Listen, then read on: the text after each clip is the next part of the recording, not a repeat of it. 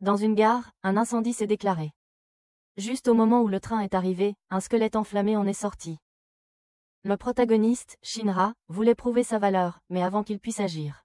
Une équipe de pompiers professionnels est arrivée et a pris en charge la situation à sa place.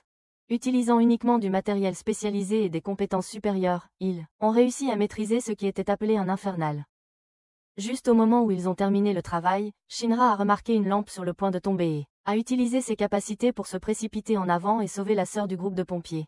Il s'est ensuite présenté comme le nouveau membre affecté à cette équipe de pompiers. C'était la division 8.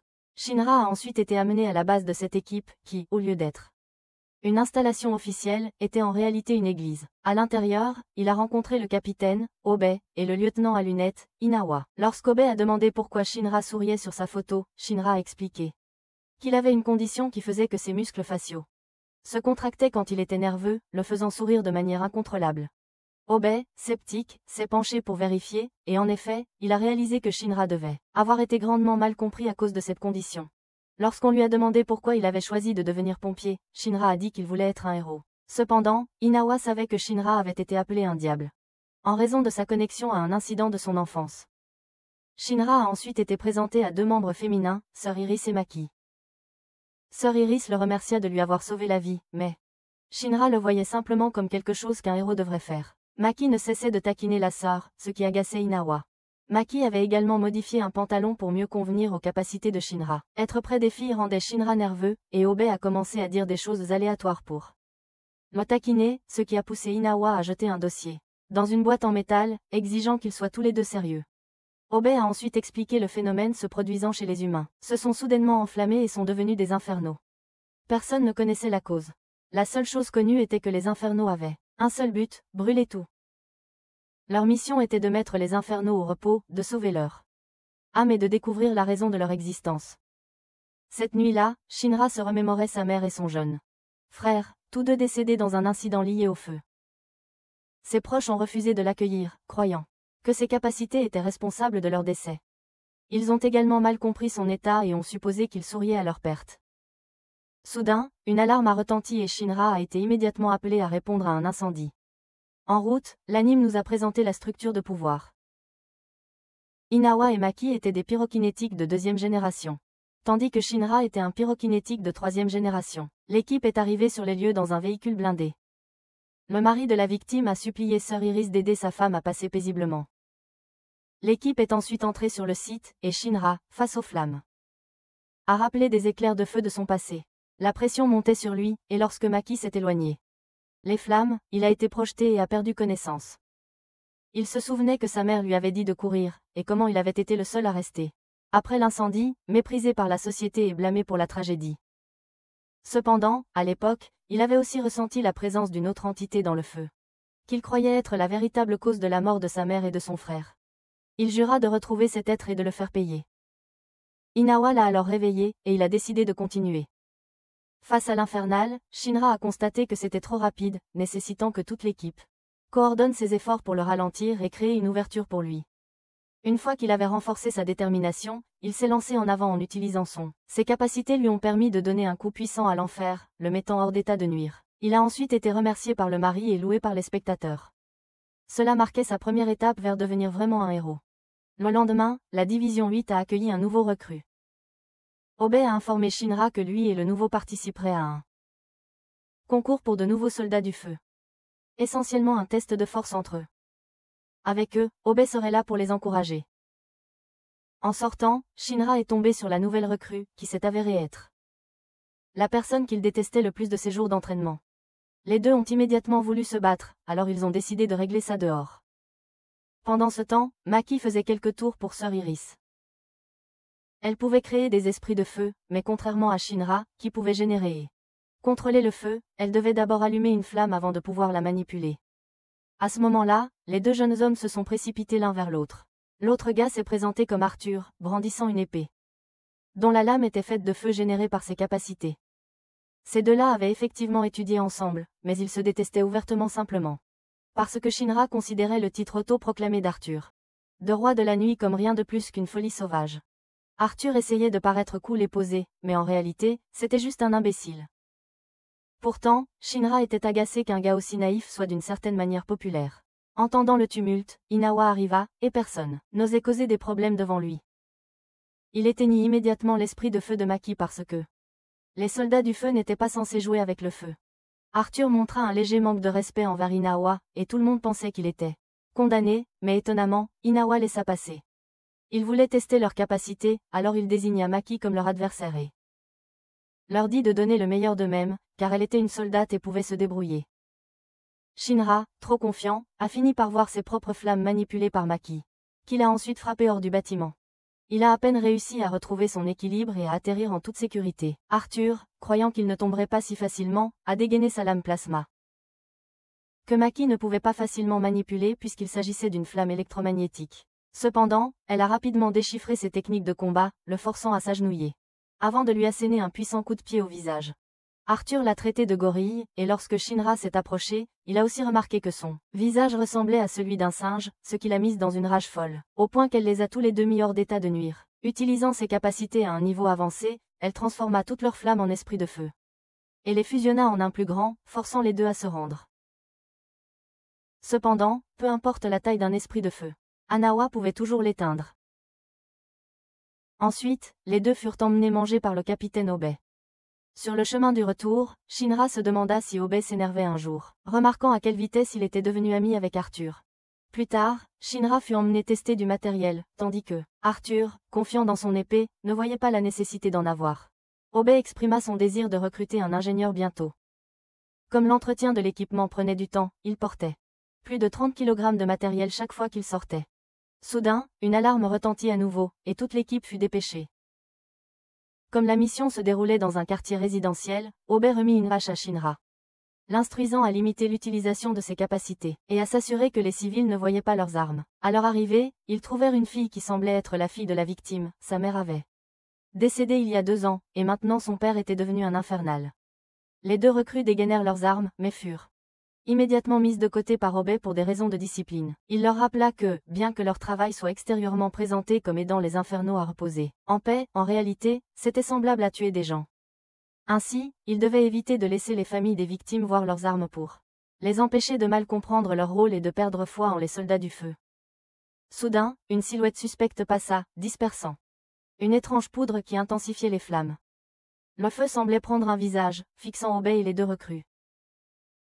Toute l'équipe se précipita à l'intérieur, seulement pour trouver l'infernal assis immobile, montrant des signes de conscience retenus.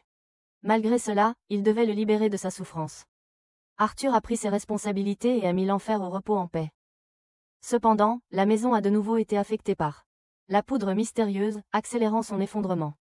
Obei a été frappé par des débris tombants, réalisant qu'une tierce partie était derrière cela, et jurant de ne pas leur pardonner d'avoir détruit un lieu rempli de souvenirs des proches de la victime.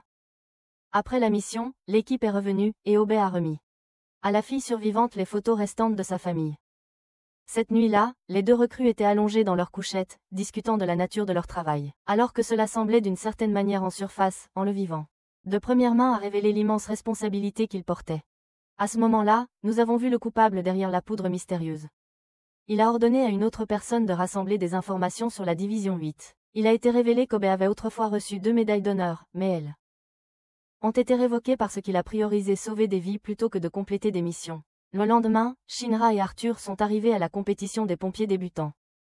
Là, Shinra a rencontré une fille nommée Tamaki, qui était aussi une pyrokinétique de 3e génération. Elle semblait un peu tête en l'air.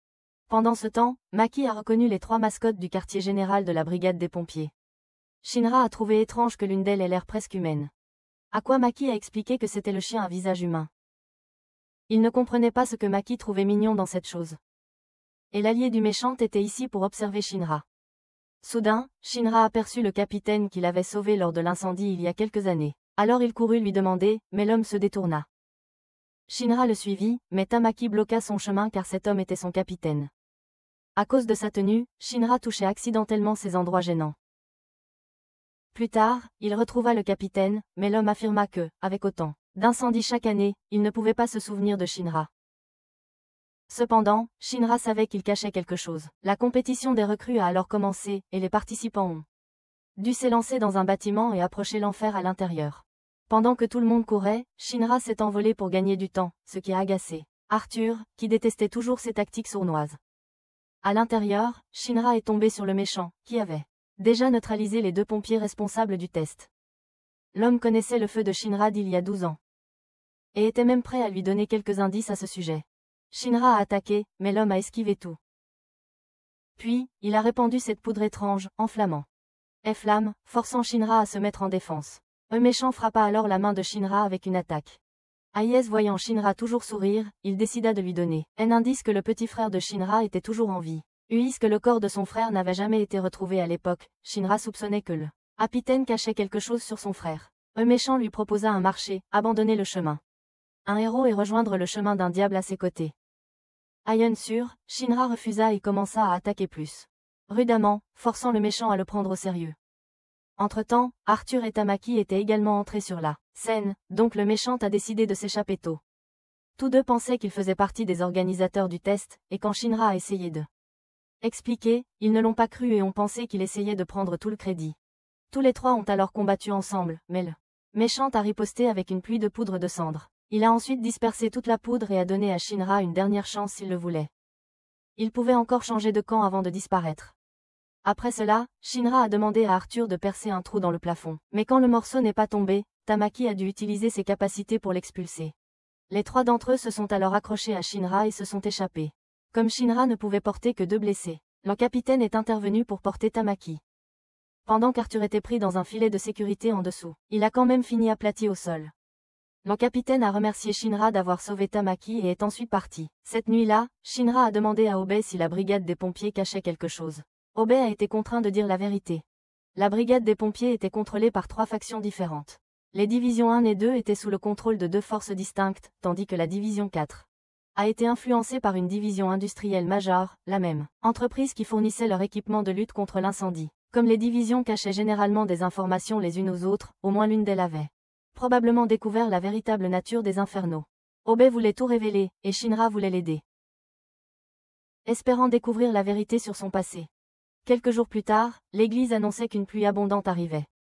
Dans la division 5, il y avait une capitaine qui aimait marcher sur les hommes. Et ils étaient tous masochistes et aimaient ça.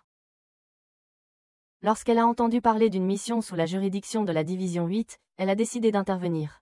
Pendant ce temps, Obe remarqua que les nouvelles n'avaient toujours pas rapporté quoi que ce soit sur le vilain qui les avait attaqués. Shinra se souvint que l'homme s'était appelé Joker, et Obe réalisa que certaines divisions cachaient des informations à son sujet. Inawa présenta alors ses découvertes. La poudre de cendre de Joker était faite à partir des restes d'Inferno. Obe était furieux qu'ils aient profané les morts. Shinra et Arthur se retrouvèrent alors coincés à faire de la paperasse, ce qui était ennuyeux.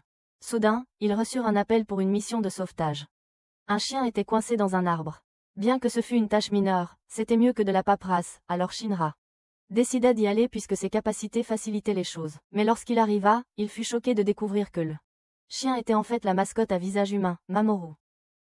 Quand Shinra le sauva, il se demanda pourquoi Mamoru était là-haut, et il s'est avéré que des voyous l'avaient jeté dans l'arbre. Auparavant, il y avait eu un cas où un pompier avait tué 4 personnes pour s'amuser, donc le public était devenu méfiant envers les pompiers. Ce jour-là même, l'homme était jugé. Cependant, lorsque le tribunal le déclara non coupable, en raison de la folie, les gens étaient outrés. Il s'est soudainement enflammé et s'est transformé en infernal, attrapant le juge qui l'avait libéré parce qu'il croyait être celui qui devait rendre la justice. Une notification a été envoyée à la division 8, et la division 5 s'est également mise en route pour intervenir. Inawa ne savait pas où se trouvaient Arthur et Shinra et semblait furieux.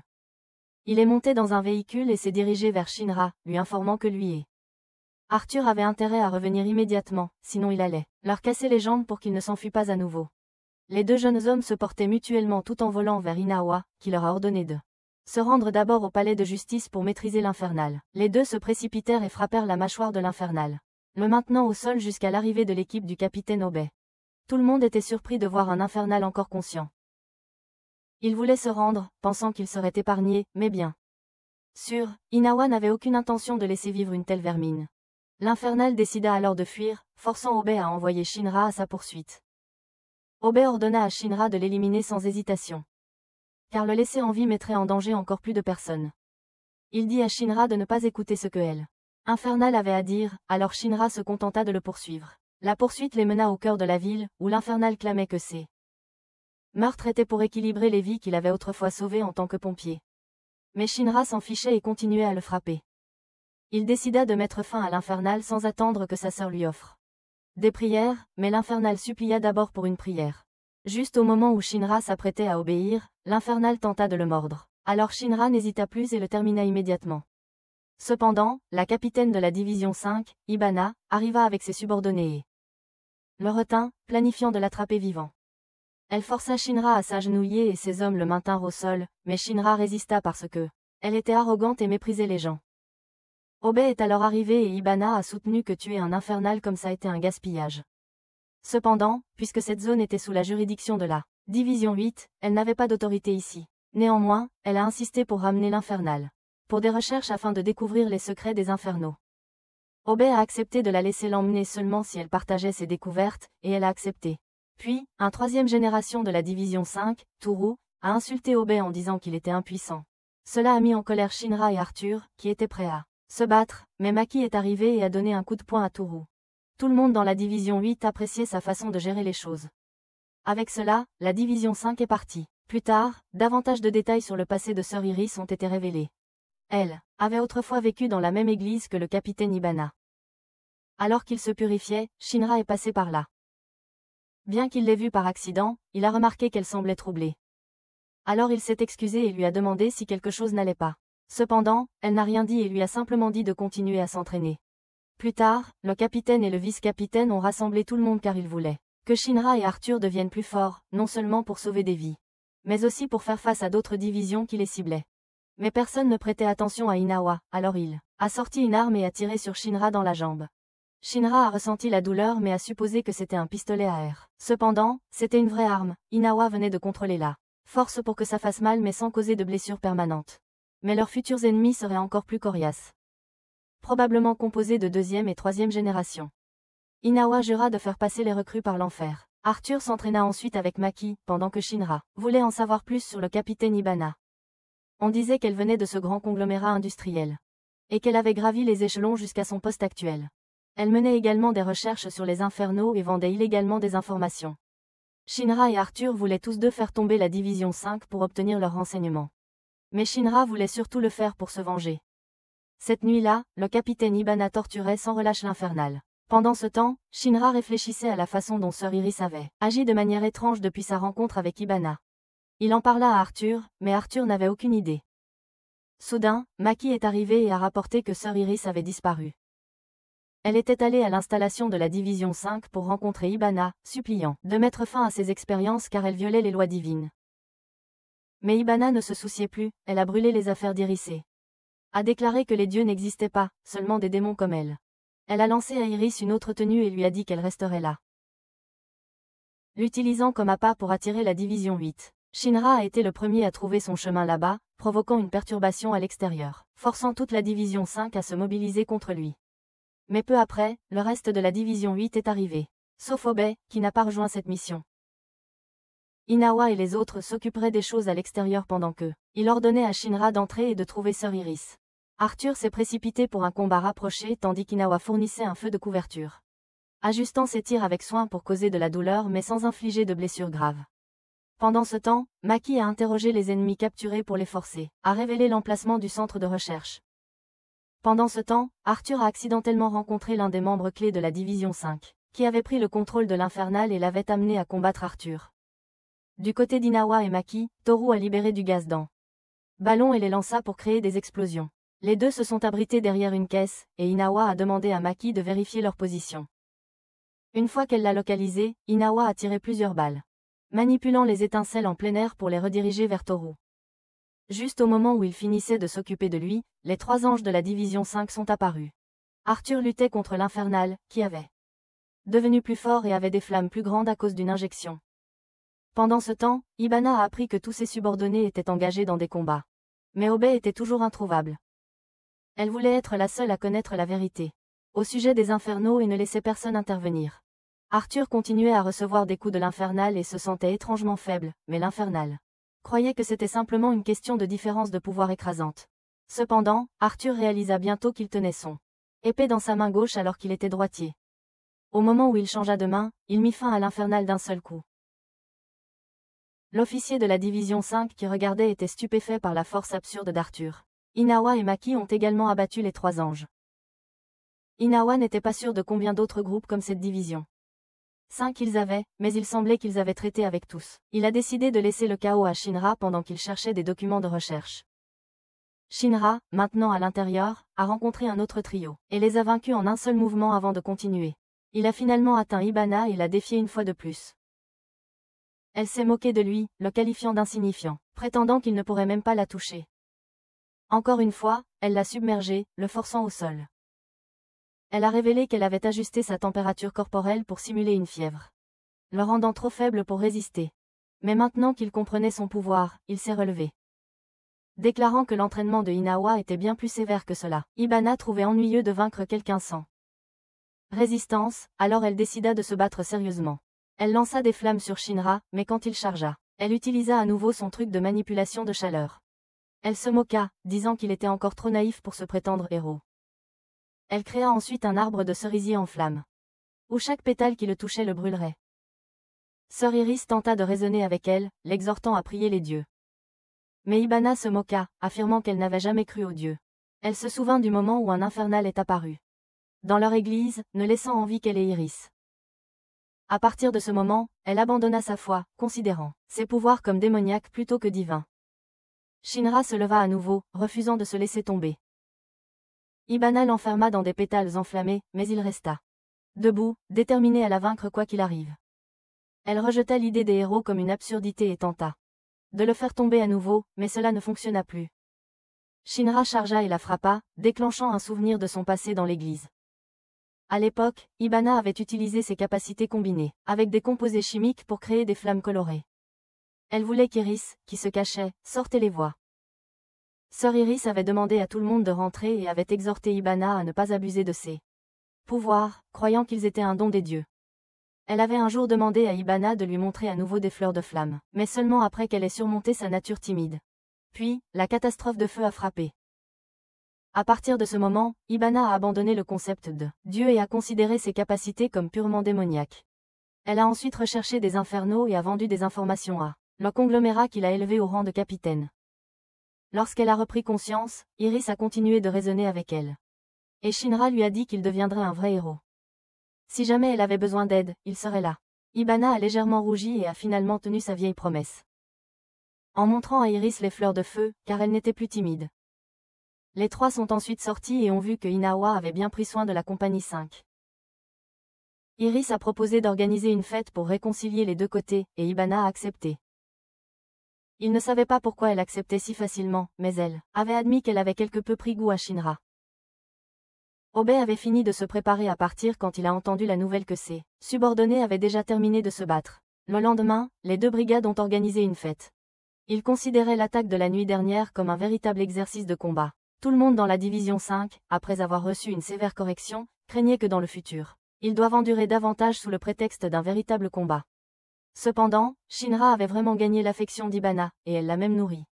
Inawa a grillé des brochettes, Maki jouait avec des esprits du feu, et les filles blondes de la nuit dernière se ressemblaient presque identiquement, ne différant que par leur coiffure.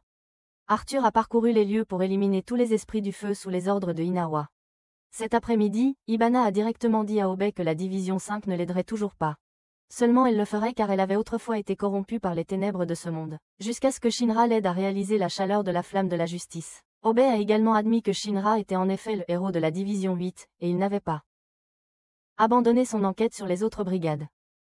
Hibana a ensuite révélé ce qu'elle avait découvert sur les infernaux que quelqu'un avait créé ces combustions humaines spontanées. Cependant, seuls quelques-uns des cadavres qu'elle avait étaient différents des autres, ce qui signifie que cela n'était qu'une seconde cause de combustion, tandis que la cause originale restait un mystère. Tous 2 résolurent de découvrir qui se cachait derrière le phénomène. Hibana souligna également que tous les cadavres infernaux créés artificiellement étaient trouvés dans la juridiction de la première brigade. Donc enquêter là-bas serait difficile. Le groupe tint ensuite une réunion à la division 8, et Hibana déclara que la seule façon d'enquêter à la division 1 était d'envoyer ces 2 recrues là-bas sous le prétexte de gagner de l'expérience, tandis que leur vrai but était une enquête sous couverture. Elle enverrait également certains de ses membres avec eux pour éviter de susciter des soupçons. Lorsque le jour arriva pour se transférer à la division 1, Shinra et Arthur devait accompagner Teru et un autre membre de la division 5. Les 4 furent conduits à l'intérieur par Maki et rencontrèrent l'un des commandants de la première brigade. Il insulta les 2 jeunes hommes avant de les mener à la rencontre du capitaine. Shinra voulait toujours découvrir les secrets du capitaine, alors il proposa un duel avec l'un des commandants de la première brigade en échange du droit de poser une question au capitaine. Obe faisait les 100 pas, inquiet pour eux. Ibana craignait que Shinra ne devienne arrogant simplement parce qu'il l'avait vaincu. Pendant ce temps, Tamaki, en entendant que Shinra avait défié quelqu'un à un combat dès son arrivée, est venu regarder. Il devrait affronter ce capitaine aux cheveux rouges, et une roue de la fortune a commencé à tourner pour sélectionner le premier combattant. Le premier choisi était un jeune homme inconnu. Qui était venu? Son nom était Noto. Ce jeune homme avait peur du feu, et il avait pris ce travail pour surmonter ses propres flammes. Il a tiré plusieurs balles de feu, que le capitaine aux cheveux rouges a esquivé afin que celui aux cheveux bleus derrière lui puisse les gérer. L'homme aux cheveux bleus a transformé les flammes en vapeur, puis en glace, qu'il a lancé vers le capitaine aux cheveux rouges. S'il ne l'avait pas fait, le capitaine aurait pris le coup. L'attitude joueuse du capitaine aux cheveux roux n'a fait qu'irriter davantage l'homme aux cheveux bleus. Il expliqua ensuite les mécanismes de son pouvoir, et Shinra soupçonnait que ces 3 commandants pourraient être impliqués avec les infernaux. Teru fut choisi ensuite, mais comme son pouvoir ne concernait que la projection de gaz, il n'était pas nécessaire de le tester. Le capitaine de la première brigade s'attaqua alors aux 2 jeunes hommes de la compagnie 8 en même temps. Arthur voulait se battre seul, mais le capitaine leva la main pour l'arrêter. Arthur déclara qu'il ne serait pas responsable si le capitaine perdait sa main. Mais on lui demanda de le prouver d'abord avant de faire de telles affirmations. Le capitaine a simplement balayé sa main, en voyant Arthur voler en arrière. Shinra s'était lancé, déchaînant une pluie de coups de pied sur lui. Bien que la force soit suffisamment forte pour secouer les alentours, le capitaine était tout simplement trop puissant. Même après avoir encaissé toutes les attaques, il n'avait besoin que de piétiner une fois pour envoyer Shinra voler en arrière. Shinra a ensuite été accueilli dans la division 1, et lui et Arthur serait géré par le commandant aux cheveux bleus. Le lendemain matin, Ibana a remis à Obe ses documents de recherche. Tous les infernaux qui avaient été créés artificiellement partageaient une caractéristique commune. Ils avaient quelque chose comme un parasite intégré dans leur cœur. 5 jours s'étaient écoulés depuis que Shinra était arrivé à la division 1. Il n'avait qu'1 mois, mais chaque matin, Inawa venait vérifier la situation, et Shinra voulait qu'il arrête de faire ça. Inawa était venu avec Ibana, et tous deux avaient remarqué que de nombreuses autres brigades étaient également en train de rôder, tandis que la division 1 ne semblait pas le moins du monde méfiante. Pendant qu'ils prenaient leur petit déjeuner, Noto a demandé aux 3 de pourquoi ils étaient devenus soldats du feu. Pour lui, c'était simplement pour mieux contrôler ses capacités et aussi pour séduire Tamaki, qu'il aimait. Tamaki s'est accidentellement assise sur la tête de Shinra en arrivant. Soudain, une alarme infernale s'est déclenchée, et elle a demandé aux 4 jeunes hommes d'appeler les 3 commandants en charge. Shinra et Arthur ont été témoins du professionnalisme et des opérations structurées du commandant aux cheveux bleus, qui leur a ordonné de rester sur place en tant que nouveaux venus. Tout en faisant la garde, ils ont soudainement vu une personne émerger, et quelqu'un a pressé un conteneur à insectes contre eux, les transformant en infernaux.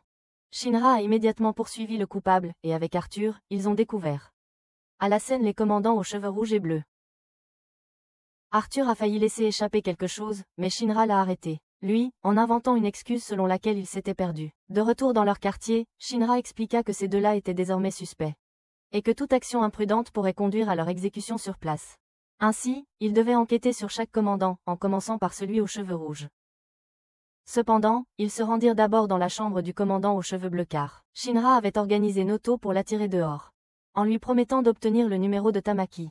Ils se faufilèrent dans la chambre et trouvèrent un pot d'insectes. Juste au moment où il concluait que le commandant aux cheveux bleus était le cerveau. Il arriva. Il a révélé qu'il avait intentionnellement placé un insecte normal là, car il avait des soupçons sur les mouvements de Shinra et Arthur dans la ruelle. Lui aussi enquêtait sur cette affaire pour trouver le véritable coupable. D'après ce que Shinra et Arthur avaient observé, ils soupçonnaient le commandant aux cheveux rouges.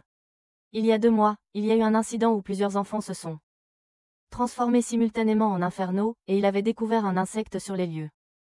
Pendant ce temps, Tamaki avait conduit des enfants sous la direction du commandant aux cheveux rouges. Il avait rassemblé un groupe, les trompant avec des affirmations selon lesquelles il possédait un rituel pour les protéger de devenir des infernaux.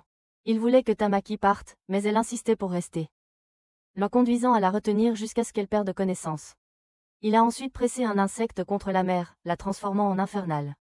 Le commandant aux cheveux bleus avait l'intention d'arrêter son camarade. Mais Shinra et Arthur voulaient aussi intervenir. Il leur a dit que c'était une affaire pour la première division, mais comme il n'était pas des membres officiels, ils n'avaient pas à suivre ses ordres. Tamaki a finalement repris connaissance. Le commandant aux cheveux rouges a réalisé qu'il l'avait intentionnellement laissé en vie pour l'incriminer, mais sa prise n'avait pas été assez forte pour la tuer. Elle a enfin vu la véritable nature de l'homme qu'elle avait toujours admiré. Après l'avoir battu, il a utilisé un enfant aux cheveux orange comme cobaye, mais le garçon contrôlait parfaitement les flammes et ne devint pas un infernal.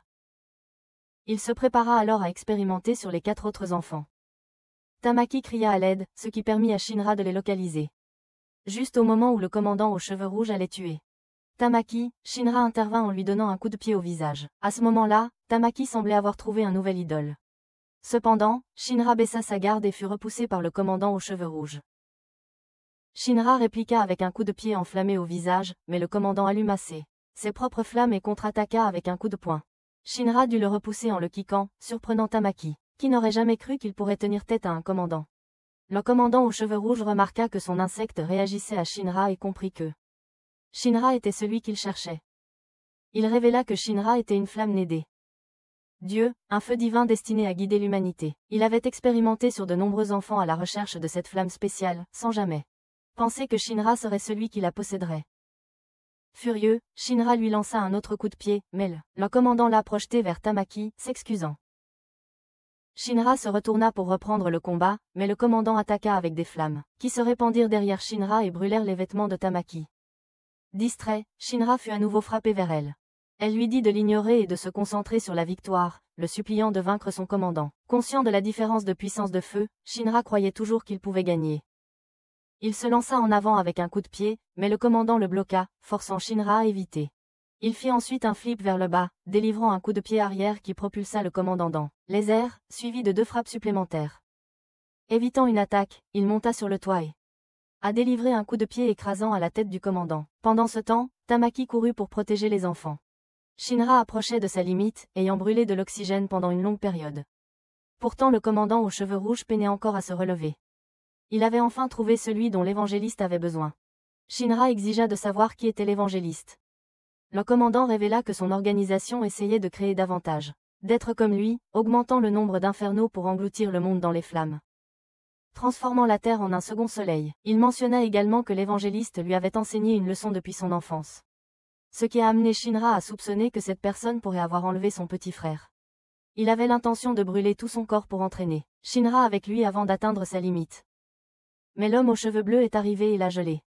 Plus il générait de chaleur, plus la glace grandissait. Il a obstinément résisté, mais a finalement été complètement scellé dans la glace. L'homme aux cheveux blonds est également arrivé, et en voyant l'homme aux cheveux rouges dans cet état, il s'est demandé ce qu'il adviendrait de la division 1. Soudain, l'homme aux cheveux rouges a été frappé par une explosion de feu de loin et est mort. Les 2 tireurs étaient positionnés sur le toit du bâtiment opposé. Et ils visaient à éliminer un autre soldat du feu. L'homme aux cheveux blonds reconnut cela et protégea l'homme aux cheveux bleus, perdant un bras dans le processus. L'homme aux cheveux bleus demanda alors à Shinra de libérer de la fumée pour obscurcir leur vision. Ensuite, il fit observer à Shinra la position de l'ennemi, et une fois que Shinra l'eut localisé, il ordonna à Tamaki de lancer des flammes vers eux, puis immobilisa immédiatement la zone. Il savait qu'il ne pouvait pas gagner à ce moment-là, alors il fit cela intentionnellement pour faire comprendre aux attaquants que leur position avait été dévoilée, les forçant à battre en retraite. Les 2 assaillants, voyant la fumée, ne purent plus tirer avec précision et décidaient de se retirer pour éviter de révéler leurs identités. Maintenant, Shinra avait trouvé sa prochaine cible pour poursuivre l'évangéliste. L'homme aux cheveux bleus, voyant que tout le monde était en sécurité, a donné son manteau à Tamaki pour qu'elle se couvre. Elle savait qu'elle serait définitivement punie car, même si elle avait été trompée, c'était elle qui avait conduit les enfants ici. Elle était prête à accepter sa punition. L'homme aux cheveux bleus comprenait que Shinra poursuivrait maintenant l'évangéliste. Et comme ils faisaient de même, ils décidèrent tous 2 de travailler ensemble. Quelques jours plus tard, Shinra est retourné à la division 8, alors que l'incident avec un homme aux cheveux roux semait le chaos au sein de la division 1. Pendant ce temps, Arthur s'était complètement perdu, donc ils ont dû publier une annonce de personnes disparues. Cependant, Shinra sentait que la division 8 était vraiment l'endroit où il appartenait car chaque membre avait une signification pour lui. Tout à coup, il remarqua que Tamaki était ici. Obe expliqua qu'elle avait été suspendue, alors il décida de l'emmener dans la division 8. Se souvenant de la faveur pour Noto, Shinra demanda le numéro de contact de Tamaki. Elle pensa qu'il le demandait pour lui-même et était prête à le donner, mais quand elle réalisa que c'était pour quelqu'un d'autre, elle refusa. Pendant ce temps, Arthur s'était aventuré quelque part dans la nature sans réaliser qu'il était perdu. Quelques jours plus tard, Obé trouva une demande d'augmentation de salaire pour Shinra dans le casier. Au moment où il l'ouvrit, il fut enseveli sous un tas de déchets. Il entra en trombe pour interroger Shinra, mais en voyant Ibana là, il sut immédiatement que c'était son œuvre. Il voulait que Shinra s'occupe d'Ibana, mais elle l'attira avec de la nourriture, le faisant tomber dans le piège. Obé promit alors d'inviter Shinra à des ramen une autre fois. Soudain, Tamaki entra en courant, trébucha et accidentellement a donné un coup de genou à Shinra au visage pendant que sa jupe glissait. Obé, voyant Ibana jouer avec le feu, ordonna à Inawa de faire quelque chose. Mais Inawa était occupé. Malgré le chaos, au moins le bureau était plein de vie. Ce jour-là, Obé et Ibana devaient assister à une réunion, emmenant Shinra et Tamaki avec eux car la réunion concernait l'organisation des Blancs vêtus, et tous deux étaient directement impliqués. Les sujets comprenaient les infernos artificiels, l'organisation des Blancs vêtus et les évangélistes, tous sans aucun doute liés à la véritable cause des incidents infernaux. Shinra a alors été surpris de voir une centrale thermique. Ibana a expliqué qu'il s'agissait d'Amaterasu, la centrale d'énergie thermique qui alimentait tout Tokyo. Le groupe est arrivé au lieu de la réunion et a retrouvé l'homme aux cheveux bleus. Il s'est présenté comme Karam et a déclaré qu'à partir de maintenant, il coopérerait avec la division 8 pour découvrir la vérité sur l'homme aux cheveux rouges. Un homme masqué ressemblant à un médecin de peste s'est approché. Ibana lui a conseillé de ne pas s'approcher trop près de la division 8. Une fois la réunion commencée, il a été révélé que cet homme était le capitaine de la division 3. Une autre figure notable présente était le capitaine de la division 7, Shinmin. Obé a noté que la division 7 assistait rarement aux réunions, donc, leur présence seule montrait à quel point la situation était grave. De plus, on disait que Shinmin était le soldat du feu le plus fort. En voyant Shinra sourire, Shinmin a fait remarquer qu'il semblait être quelqu'un qui aimait semer le trouble. Le chef du quartier général de la brigade des pompiers semblait être l'empereur et le suprême archevêque de la brigade des pompiers. Il a ordonné à tout le monde de travailler ensemble pour découvrir le méchant derrière tous ces incidents. Cependant, Shinmin et la division 7 ont montré un mépris flagrant, manquant de respect envers l'empereur et a quitté la réunion. Puisque Shinmin n'avait jamais prêté allégeance à l'empereur, il faisait ce qu'il voulait. L'empereur a demandé à toutes les compagnies de la force incendie de coopérer pour résoudre cette affaire. Pendant ce temps, Joker espionnait la réunion et a décidé qu'il rencontrerait Shinra à nouveau bientôt. Quant à Shinra, l'empereur avait entendu des rumeurs selon lesquelles il possédait la décharge d'Adala. En gros, c'était la même flamme qui alimentait la centrale thermique Amaterasu. Contrairement aux flammes ordinaires, la décharge d'Adala était une flamme inexplicable par la science. Le capitaine de la division 3 savait que l'évangéliste chasserait Shinra. Il voulait donc assigner quelqu'un pour le protéger. Cependant, Ibana voulait qu'Obé refuse, car la division 3 prévoyait de transformer Shinra en expérience. Obé a choisi de prendre lui-même l'entière responsabilité de la sécurité de Shinra. Cet après-midi-là, Obé et Tamaki sont rentrés en premier, tandis que Shinra est allé visiter la centrale électrique Amaterasu. Là, il a rencontré un nouveau Joker. Joker n'était pas intéressé par un combat, et même pariait que Shinra ne pourrait pas le vaincre.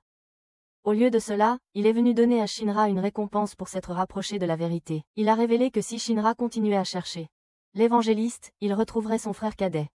Le frère de Shinra était en réalité le commandant des chevaliers d'Achen, au service de l'évangéliste. Tandis que Shinra était encore sous le choc de cette révélation, Joker a disparu. Ensuite, Shinra est revenu, et Hanawa a annoncé qu'ils allaient lancer officiellement l'enquête sur l'organisation du Clade Blanc. Pour cela, ils allaient examiner tous les rapports sur les incidents infernaux à la recherche d'indices.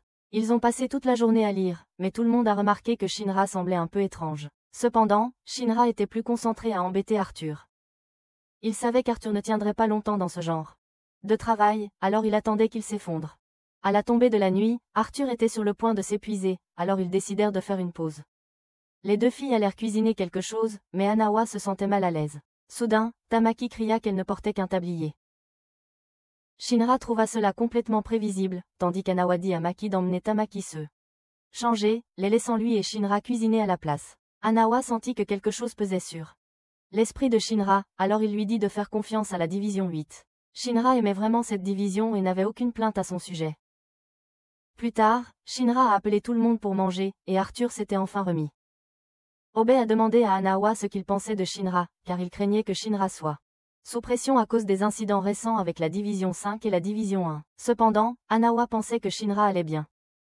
Pendant qu'ils mangeaient, Shinra et Arthur avaient encore assez d'énergie pour s'affronter, ce qui rassurait Sœur Iris. Depuis le retour de Shinra, les choses semblaient un peu étranges. Arthur a même donné de la viande à Shinra, ce qui a décidé Shinra à faire confiance à cette division. Il a ensuite révélé qu'il avait rencontré Joker et a appris la vérité sur son frère cadet.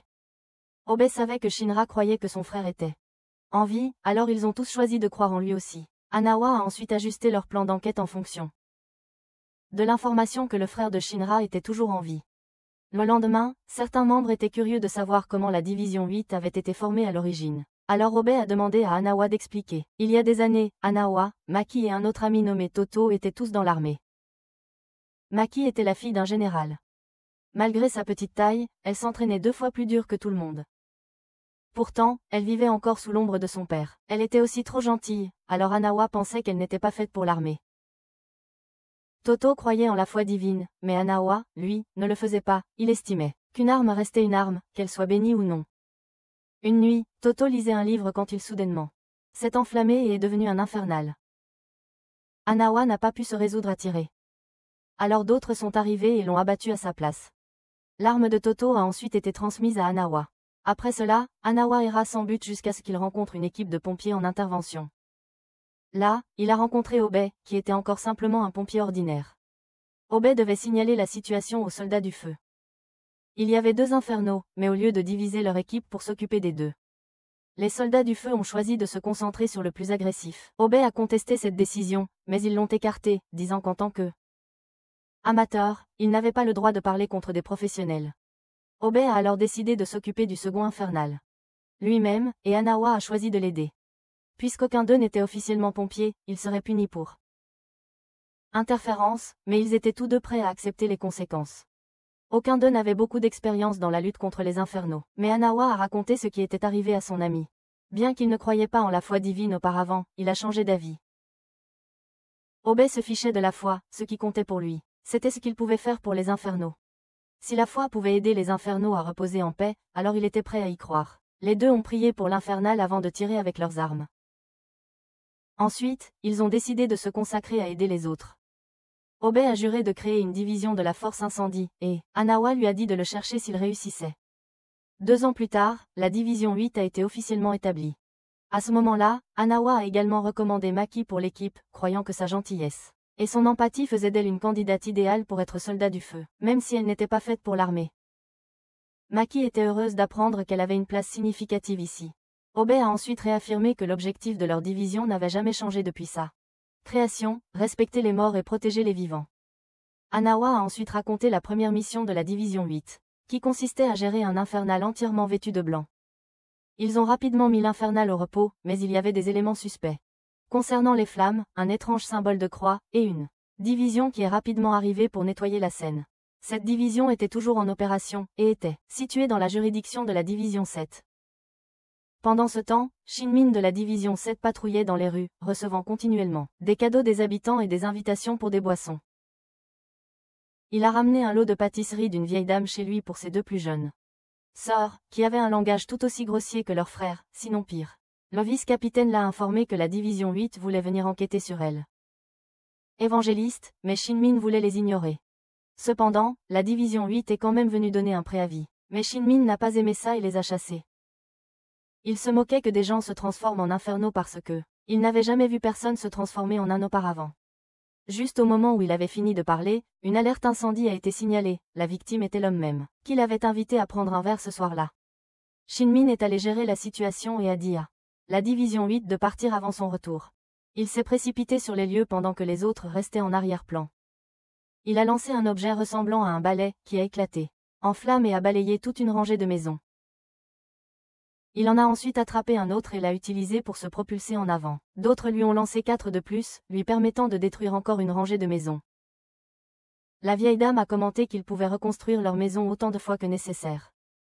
Le vice-capitaine a expliqué que Shinmin était considéré comme le plus fort parce qu'il pouvait à la fois générer des flammes comme une 3e génération et les manipuler comme une 2e génération, ce qui faisait de lui un pompier hybride. Il a rapidement mis fin à l'enfer, s'assurant que son compagnon de boisson n'aurait pas à souffrir. La vieille dame a remercié Shinra de lui avoir permis d'assister au dernier moment de l'homme. Bien que les méthodes de Shinmin semblent rudimentaires, pour les gens là-bas, chaque infernal devait être mis au repos par ses propres mains. Ils ont ensuite organisé des funérailles, mais leur approche ressemblait plus à une fête. Après cela, Shinmin a prévu de réparer la zone, invitant Sedon. Les maisons étaient endommagées à rester temporairement au bureau. Désireux d'aider, Shinra a suggéré que Devizin 8 assiste, facilitant les négociations. Shinra a aidé au transport et au déblaiement des débris, Obei a assisté. Arthur s'occupait du soudage, Maki s'occupait des charges lourdes, et Tamaki. Eh bien, elle était absente. Les membres en blanc ont remarqué la présence de Devizin 8 et soupçonnaient qu'ils étaient sur le point de alors ils ont décidé de préparer des insectes pour semer le chaos. Cette nuit-là, Shinmin a aidé le vice-capitaine avec sa maladie. Shinmin a admis qu'il ne convenait pas et n'aimait pas son rôle de capitaine. Mais avec le vice-capitaine incapable de se battre, il n'avait d'autre choix que de porter la responsabilité. Ses deux petites sœurs sont venues et se sont plaintes de Shinra, l'appelant idiot et le méprisant. Quand elles sont devenues un peu trop irrespectueuses, Shinra les a traînées dehors. Shinmin a finalement décidé de coopérer avec Devizin 8 parce qu'il ne les détestait pas. Plus tard, il a parlé à Shinra de la maladie du vice-capitaine, une condition causée par l'utilisation excessive des capacités, où le corps se transforme progressivement en cendres. Il a demandé à Shinra d'aller chercher Obei, mais Obei avait également envoyé Shinra chercher Shinmin. Cette nuit-là, Shinra et Maki ont remarqué que les deux côtés s'étaient temporairement stabilisés. Ce qui signifiait qu'ils pouvaient bientôt commencer à enquêter sur les blancs vêtus. Ils ont laissé Iris avec Ibana puisque les gens ici ne suivaient pas la foi.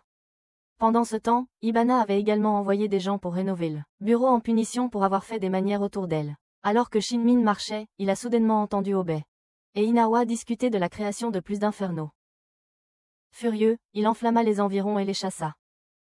Ni Obei ni Inawa ne comprenaient jusqu'à ce que Shinmin les confronte. Et qu'ils insistent sur le fait qu'il avait mal compris. Shinra est arrivé pour expliquer, mais Shinmin a refusé d'écouter. Il exigea qu'il prouve qu'il n'était pas violent en le battant. Deux membres vêtus de blanc, qui les avaient imités, virent que leur plan avait réussi.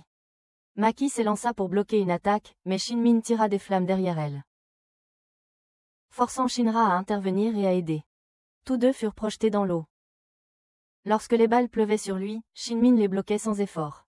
Arthur et Tamaki se sont précipités, mais il a donné un coup de pied à Tamaki, et a utilisé Arthur comme bouclier contre les balles.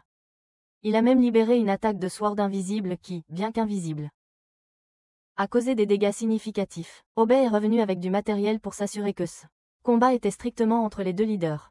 Comme il n'avait pas de capacité, Obei ne pouvait que se précipiter en avant avec un bouclier résistant au feu. Il essayait sans cesse d'expliquer, mais Shinmin refusait obstinément d'écouter.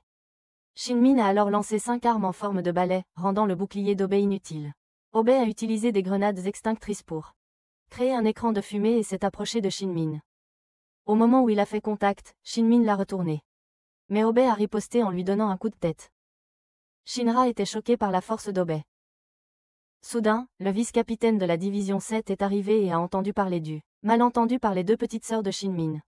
Voyant que les attaques normales ne fonctionneraient pas contre Obei, Shinmin s'est préparé à utiliser une technique létale. Le vice-capitaine est intervenu pour protéger Obei, insistant pour que la division 8 ait la chance de s'expliquer. Cependant, Shinmin a refusé, forçant le vice-capitaine à le maîtriser physiquement, même au risque de se blesser. Avec cela, Shinmin a finalement cessé et leur a permis de s'expliquer. Obei et Inawa étaient en fait en train de faire des courses. À ce moment-là, et Maki pouvait en témoigner. Cependant, Shinra avait été instruit par eux deux de mener Shinmin derrière l'allée, ce qui a rendu Shinmin suspicieux.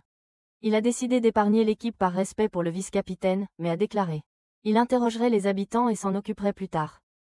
Le vice-capitaine déplorait l'incapacité de Shinmin à écouter depuis longtemps. Ils remarquèrent que Shinmin semblait regretter quelque chose lié au vice-capitaine, ce qui l'incita à raconter un incident d'il y a 1 an, lorsque la division 8 a été créée. Cette nuit-là, la ville fut soudainement envahie par des infernaux. Lui et Shinmin se battirent jusqu'à leur limite, mais les renforts n'arrivèrent jamais. Puis, ils rencontrèrent un infernal ressemblant à un démon. Le vice-capitaine poussa Shinmin de côté pour l'affronter seul, sachant que Shinmin était bien plus important que lui-même. Au matin, Shinmin se réveilla pour découvrir que son ami avait combattu seul jusqu'à ce que son corps ne soit presque devenu cendre. Mais le vice-capitaine refusait de laisser Shinmin mourir. À ce moment-là, la division 4 arriva, et son capitaine les encouragea à rejoindre la force et à établir la division 7. S'il devenait pompier, il recevrait un soutien financier et d'autres avantages. Le vice-capitaine voulait y réfléchir, mais Shinmin refusait de devenir un chien de gouvernement. Cependant, accepter l'offre signifiait qu'il pouvait prévenir la destruction future à temps. C'est pourquoi tout ce qu'il subissait maintenant était son propre choix, et Shinmin n'était pas à blâmer. Il était toujours prêt à sacrifier sa vie insignifiante pour Shinmin. Shinra l'a encouragé à ne plus penser de cette façon, en disant que chaque vie était également précieuse. S'il ressentait cela à nouveau, il devait appeler Shinra, qui serait prêt à aider à tout moment. Le vice-capitaine a accepté de mener une enquête, permettant à la division 8 d'assister si elle le souhaitait. Pendant ce temps, Shinmin marchait dans les rues et remarquait que les gens se battaient soudainement, et se comprenaient mal, tout comme il avait mal compris la division 8. Même ses deux petites sœurs se disputaient. Sorti de nulle part, Arthur est arrivé en courant et a donné un coup de pied à l'une d'elles, affirmant qu'il avait aperçu un vieil homme déguisé en petite fille. Les autres ne pouvaient pas le voir et pensaient qu'Arthur avait perdu la raison. Cependant, la fille qui l'a frappé a immédiatement révélé sa véritable forme. En même temps, dans un entrepôt abandonné, un membre vêtu de blanc utilisait du feu pour altérer le visage d'une autre personne en gonflant ses vaisseaux sanguins et en le remodelant progressivement. Cependant, lorsque le résultat ne lui plaisait pas, il a perdu son calme et a fait exploser la tête de la personne. Shinmin ne savait pas comment résoudre les malentendus généralisés lorsque, tout à coup, plusieurs infernales apparurent. Ceux en blanc tentèrent d'utiliser le chaos comme une opportunité pour attaquer la division 8. Cependant, la division 8 ne pouvait pas intervenir car c'était le territoire de la division 7. Et les habitants ne faisaient confiance qu'à Shinmin pour mettre fin aux infernales. Au lieu de cela, ils décidèrent d'aider à évacuer les civils. Soudain, ils furent ciblés par des tireurs d'élite en blanc. Maki parvint à bloquer les tirs, mais l'un d'eux allait percer. Elle transforma rapidement la flèche en esprit, empêchant toute blessure mortelle. Arthur et Shinra se précipitèrent en avant, Shinra réalisant qu'il était ciblé. Il a identifié les positions de deux tireurs d'élite, a repoussé un troisième tir entrant, et a repéré un troisième tireur d'élite plus loin. Reconnaissant qu'ils essayaient de le séparer du bataillon, il a décidé de guider Arthur puisqu'Arthur était trop désorienté pour naviguer seul.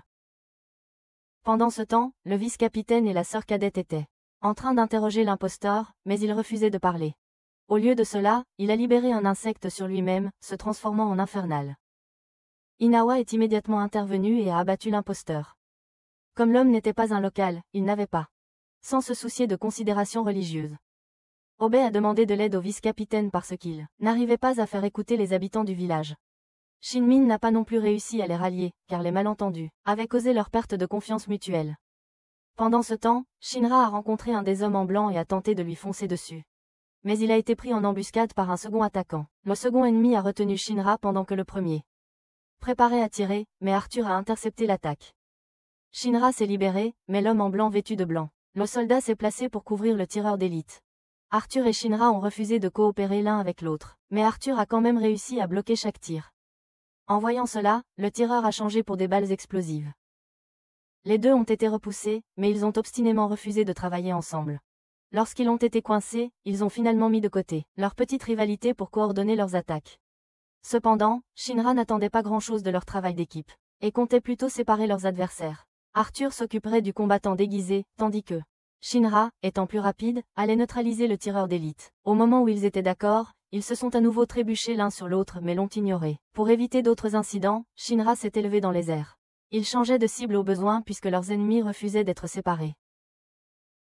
Sentant que le combat devenait difficile, la silhouette encapuchonnée ordonna au tireur de se retirer avant d'avaler un insecte de feu. Pendant ce temps, Shinra continuait à parcourir la ville, éliminant les infernaux et offrant des prières pour leurs âmes. Il rencontra plus tard un vice-capitaine, lui demandant de rassurer les gens puisque son leadership était crucial en ce moment. Cependant, le vice-capitaine insista pour que Shinra le fasse lui-même, car les gens avaient besoin d'un leader fort et digne de confiance plus que jamais. Réalisation qu'il ne pouvait pas argumenter contre lui, Shinran avertit de ne pas attendre trop de lui, un brute. Il souleva alors une tour de guet entière dans le ciel pour que tout le monde puisse voir et annonça qu'un imposteur se trouvait parmi eux. Cependant, il leur demanda de ne pas perdre leur unité, sinon ils seraient piégés. Les gens firent confiance au jugement de Shinran, changeant le cours de la situation. Mais au lieu d'une stratégie élaborée, il se contenta de donner l'ordre à tous de combattre, vrai ou faux, peu importe. La division 8 s'occuperait des infernaux et des incendies. Pendant ce temps, Arthur et Shinran virent l'ennemi encapuchonné se transformer en infernal. Mais avec des cornes, ce qui en faisait en réalité un démon du feu. En voyant les habitants se battre, Obé et Inawa décidèrent de ne pas intervenir. Bien que les deux femmes soient prêtes à se joindre à eux. Le vice-capitaine ordonna aux gens d'éteindre les incendies, tandis que Shinran remarqua le démon et s'approcha pour l'affronter. La scène rappela à Shinran le feu de son passé. Ce qui le fit perdre ses moyens, obligeant Arthur à intervenir. En voyant sa propre jambe brûler en noir, Shinran cria, en état de choc, mais il s'est avéré que ce n'était qu'une illusion. Le tireur d'élite a fait une remarque cryptique avant de disparaître. Arthur a été projeté par le démon et a appelé Shinran à rejoindre le combat. Même en attaquant ensemble, leurs efforts ont à peine égratigné la créature. Shinran est arrivé, déterminé à régler ses comptes pour ce qui s'était passé il y a 2 ans, quand un démon de feu a causé le destin tragique du vice-capitaine. Pendant ce temps, Maki et Tamaki cherchaient la jeune fille restante et l'ont trouvée. En train de faire face à 2 criminels qui les avaient trompés et avaient remplacé quelqu'un par un imposteur. Shinran a bloqué sans effort l'attaque du démon et a porté un coup, mais cela a à peine affecté la créature. Se souvenant de la destruction que le vice-capitaine avait subie pour vaincre un tel ennemi, Shinran décida d'entraîner le démon dans le ciel pour éviter d'autres dégâts à la ville. Alors qu'il s'élevait, le tireur d'élite tira une balle sur lui. Le vice-capitaine, incapable d'intervenir, se souvint de Shinran et appela à son aide.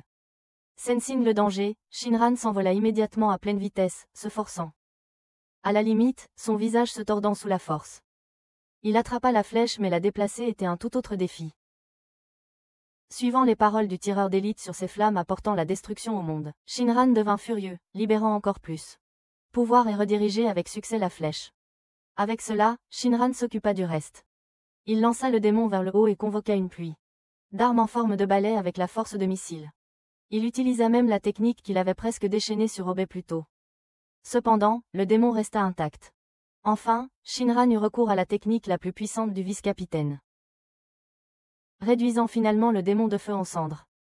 Les 2 agents restants vêtus de blanc décidèrent de se retirer, ayant rassemblé les informations dont ils avaient besoin. Shinran a vu Shinran tomber et s'est précipité pour le rattraper, car il semblait qu'il avait atteint sa limite. Avec les incendies et les enfers tous maîtrisés, le vice-capitaine a reconnu que nous leur devions beaucoup à la 8e division, en particulier Shinra.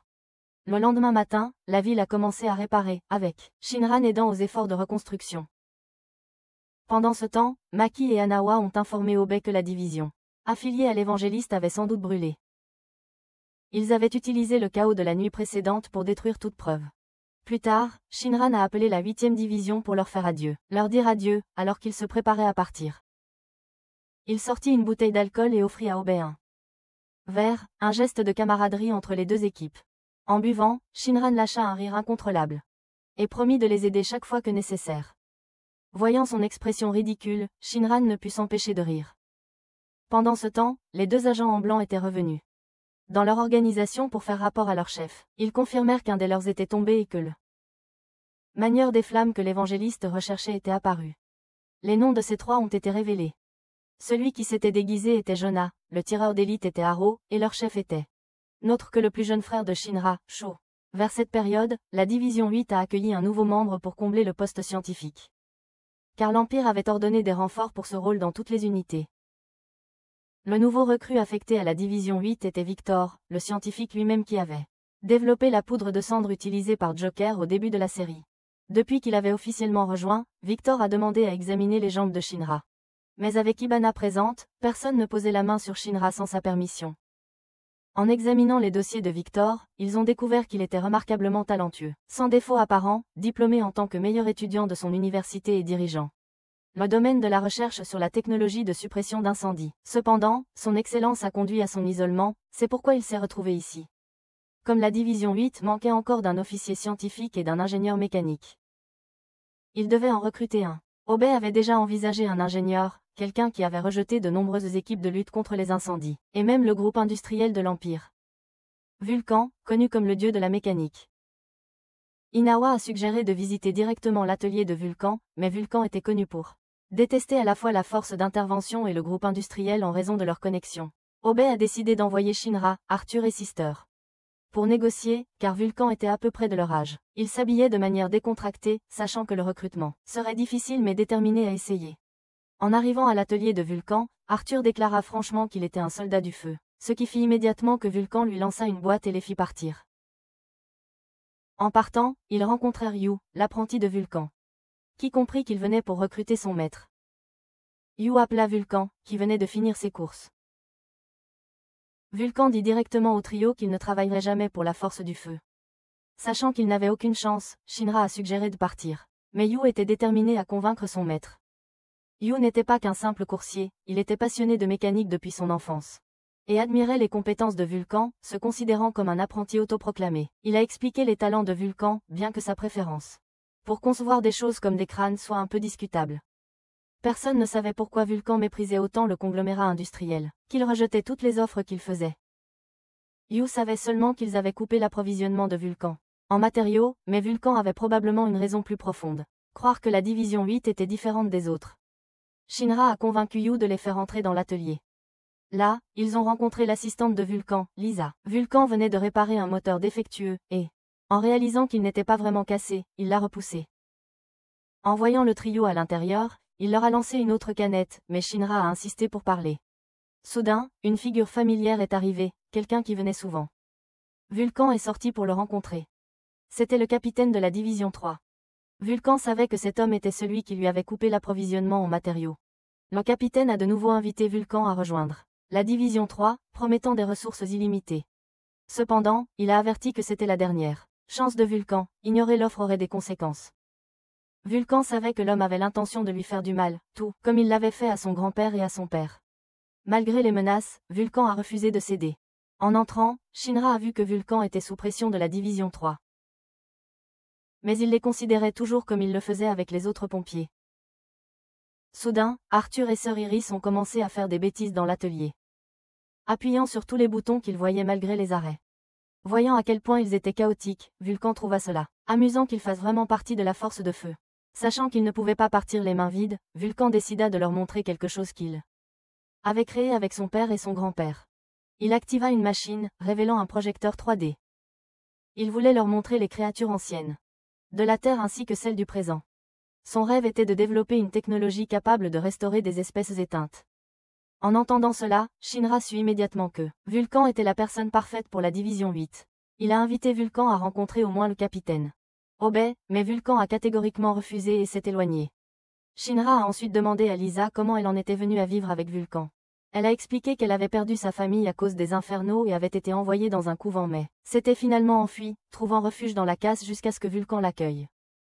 Les tombes à proximité appartenaient au père et au grand-père de Vulcan. Le grand-père de Vulcan avait 2 disciples, son fils et le capitaine de la division 3.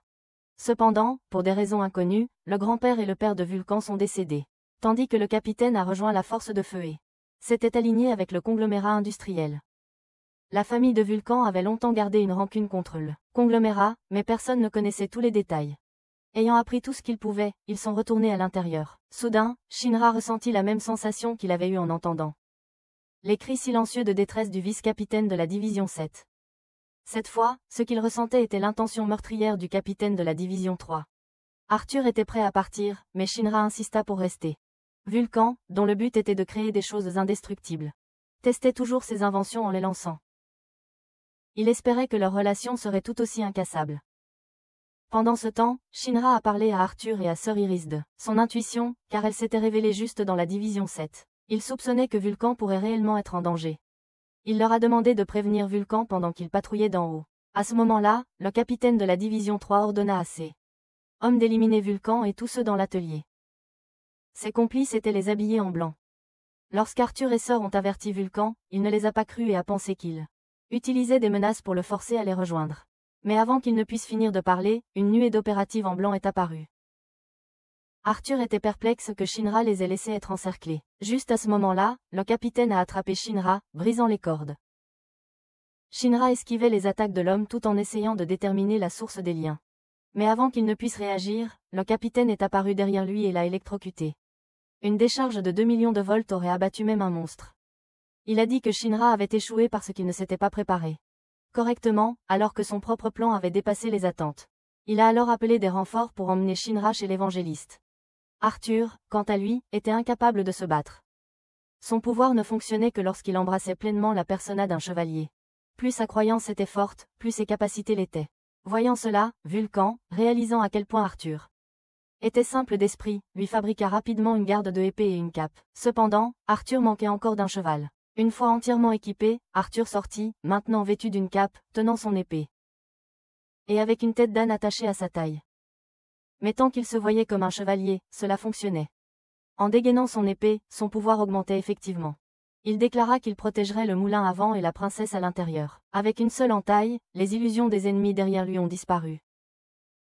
Comme il n'y avait que deux véritables ennemis, Arthur n'était pas inquiet. L'Ogrand a chargé avec une masse enflammée, mais Arthur l'a repoussé d'un seul coup. L'illusionniste a également attaqué, mais le contre d'Arthur a tranché à travers tout. L'illusionniste a alors révélé sa véritable forme, montrant à Arthur à quel point il avait l'air ridicule avec une tête d'âne. Cette réalisation a fait chuter considérablement le pouvoir d'Arthur. Même sans l'âne, Arthur était enragé et déterminé à continuer le combat. Pendant ce temps, Vulcan a ordonné à Hugh et Lisa de s'échapper, confiant leur sécurité à Sir Iris. Bien qu'il ne veuille pas le laisser derrière. Vulcan a refusé de les laisser être blessés à cause de lui. Il devait venger sa famille. Sa famille avait construit la centrale électrique Amaterasu, et malgré leur séparation, il croyait que leur lien resterait intact. Cependant, Lisa a soudainement révélé son vrai visage, elle était en réalité une agente des évangélistes envoyée pour trouver la clé d'Amaterasu. En même temps, le capitaine de la division 3 est arrivé, entrant hardiment dans l'atelier. Arthur ne pouvait pas l'arrêter car il était retenu par deux ennemis. Le capitaine a exigé que Vulcan remette la clé ou meure. Il se moqua de la famille de Vulcan, la traitant de pitoyable pour avoir été trahi génération après génération, par les mêmes personnes en qui ils avaient confiance comme famille. Malgré leur stupidité à se faire tromper à répétition, ils avaient toujours été extrêmement prudents quand il s'agissait d'Amaterasu. Pour menacer Vulcan, le capitaine attrapa Hugh et lui tira une fois dessus. Pourtant, Vulcan n'avait aucune connaissance de la clé, alors le capitaine le frappa à plusieurs reprises. Réalisant que Vulcan ne savait vraiment rien, il a exprimé sa frustration en brisant le projecteur 3D. Mais ce faisant, il a finalement découvert ce qu'il cherchait. Pendant ce temps, Hibana est arrivée et a sauvé Shinra. Elle a envisagé de l'emmener immédiatement, et avec le recul. Elle aurait dû le faire car dès qu'elle l'a libéré, il est retourné directement à l'atelier. En retrouvant Arthur, Shinra l'a laissé s'occuper des choses à l'extérieur, tandis qu'il chargeait à l'intérieur, juste au moment où le capitaine se réjouissait d'avoir obtenu la clé. Shinra est entré en volant et lui a donné un coup de pied au visage. Maintenant, Shinra devait faire face à Lisa. Le capitaine était perplexe quant à la façon dont Shinra avait échappé, tandis qu'Hibana arrivait pour aider Arthur, mais en se concentrant sur Shinra, elle a fini par frapper Arthur aussi. À l'intérieur, Lisa conjurait des flammes attirées par le magnétisme, liant Shinra. Puisque le corps humain contient des quantités significatives de matériel magnétique, il ne pouvait pas se libérer. Vulcan a rapidement dit à Iris d'appuyer sur tous les boutons sur le mur, provoquant de nombreux têtes d'animaux mécaniques à tomber, dont la plupart ont volé hors de l'atelier. Dehors, Arthur était presque fini, mais Hibana a été frappé par une tête mécanique volante, perturbant son attaque. Avec l'attraction magnétique redirigée, Shinra a été libéré. Il a immédiatement lancé un coup de pied qui a envoyé le capitaine voler hors de l'atelier. Cependant, à ce moment-là, Sho, le frère cadet de Shinra, est apparu. Shinra l'a reconnu instantanément, mais Sho, n'ayant aucun souvenir de son frère, l'ignora et le frappa. Lorsqu'Arthur entra en trombe, Sho le taillada et ensuite frappa à nouveau Shinra avec le côté émoussé de sa lame. Avec la clé sécurisée, Sho ordonna qu'on emmène Shinra. À ce moment-là, Vulcan arriva dans un camion en vitesse pour sauver Shinra et Arthur. Le conducteur n'était autre que Victor. Vulcan tenta de pardonner à Lisa et proposa de l'emmener avec eux. Mais elle refusa de prendre sa main. Sho bloqua alors leur chemin avec une vitesse presque sonique. À ce moment-là, Joker est apparu, ne voulant pas laisser Shinra se faire capturer. Sa vitesse était comparable à celle de Sho, permettant au groupe de s'échapper. Joker s'est également retiré, ayant endommagé la lame de Sho. Mais il a admis que Sho était vraiment un monstre. Après cela, Shinra t'a emmené à l'hôpital avant de rencontrer Vulcan. Tous deux ressentaient des problèmes familiaux similaires. Et ont juré de réunir leur famille. Vulcan a décidé de rester temporairement à la division 8. Et Obey est ensuite arrivé pour les ramener tous. De retour au quartier général, Shinra s'inquiétait de la cuisine de Tamaki. Mais lorsqu'il apprit qu'Inawa était en charge à la place, il soupira de soulagement, offensant involontairement Tamaki. Pendant le dîner, Shinra et Arthur se disputèrent jusqu'à ce qu'Obey leur rappelle qu'ils avaient un invité. Tout le monde complimenta la cuisine d'Inawa, et les trois filles réalisèrent qu'elles étaient en train de perdre face à lui en termes de féminité. Obey rassura Vulcan en lui disant qu'il pouvait prendre son temps pour décider s'il voulait rejoindre, promettant de le protéger quoi qu'il arrive. Il espérait que Vulcan ferait son choix l'esprit clair. Le lendemain, Vulcan retourna à l'atelier avec Shinra et Arthur. Il s'excusa auprès de son père et de son grand-père, disant qu'il briserait sa promesse envers eux en rejoignant la brigade du feu. Cependant, il est resté fidèle à ses objectifs. Avec cela, Vulcan a officiellement rejoint la division 8, apportant avec lui son goût pour les décorations de crâne, que Obe appréciait également.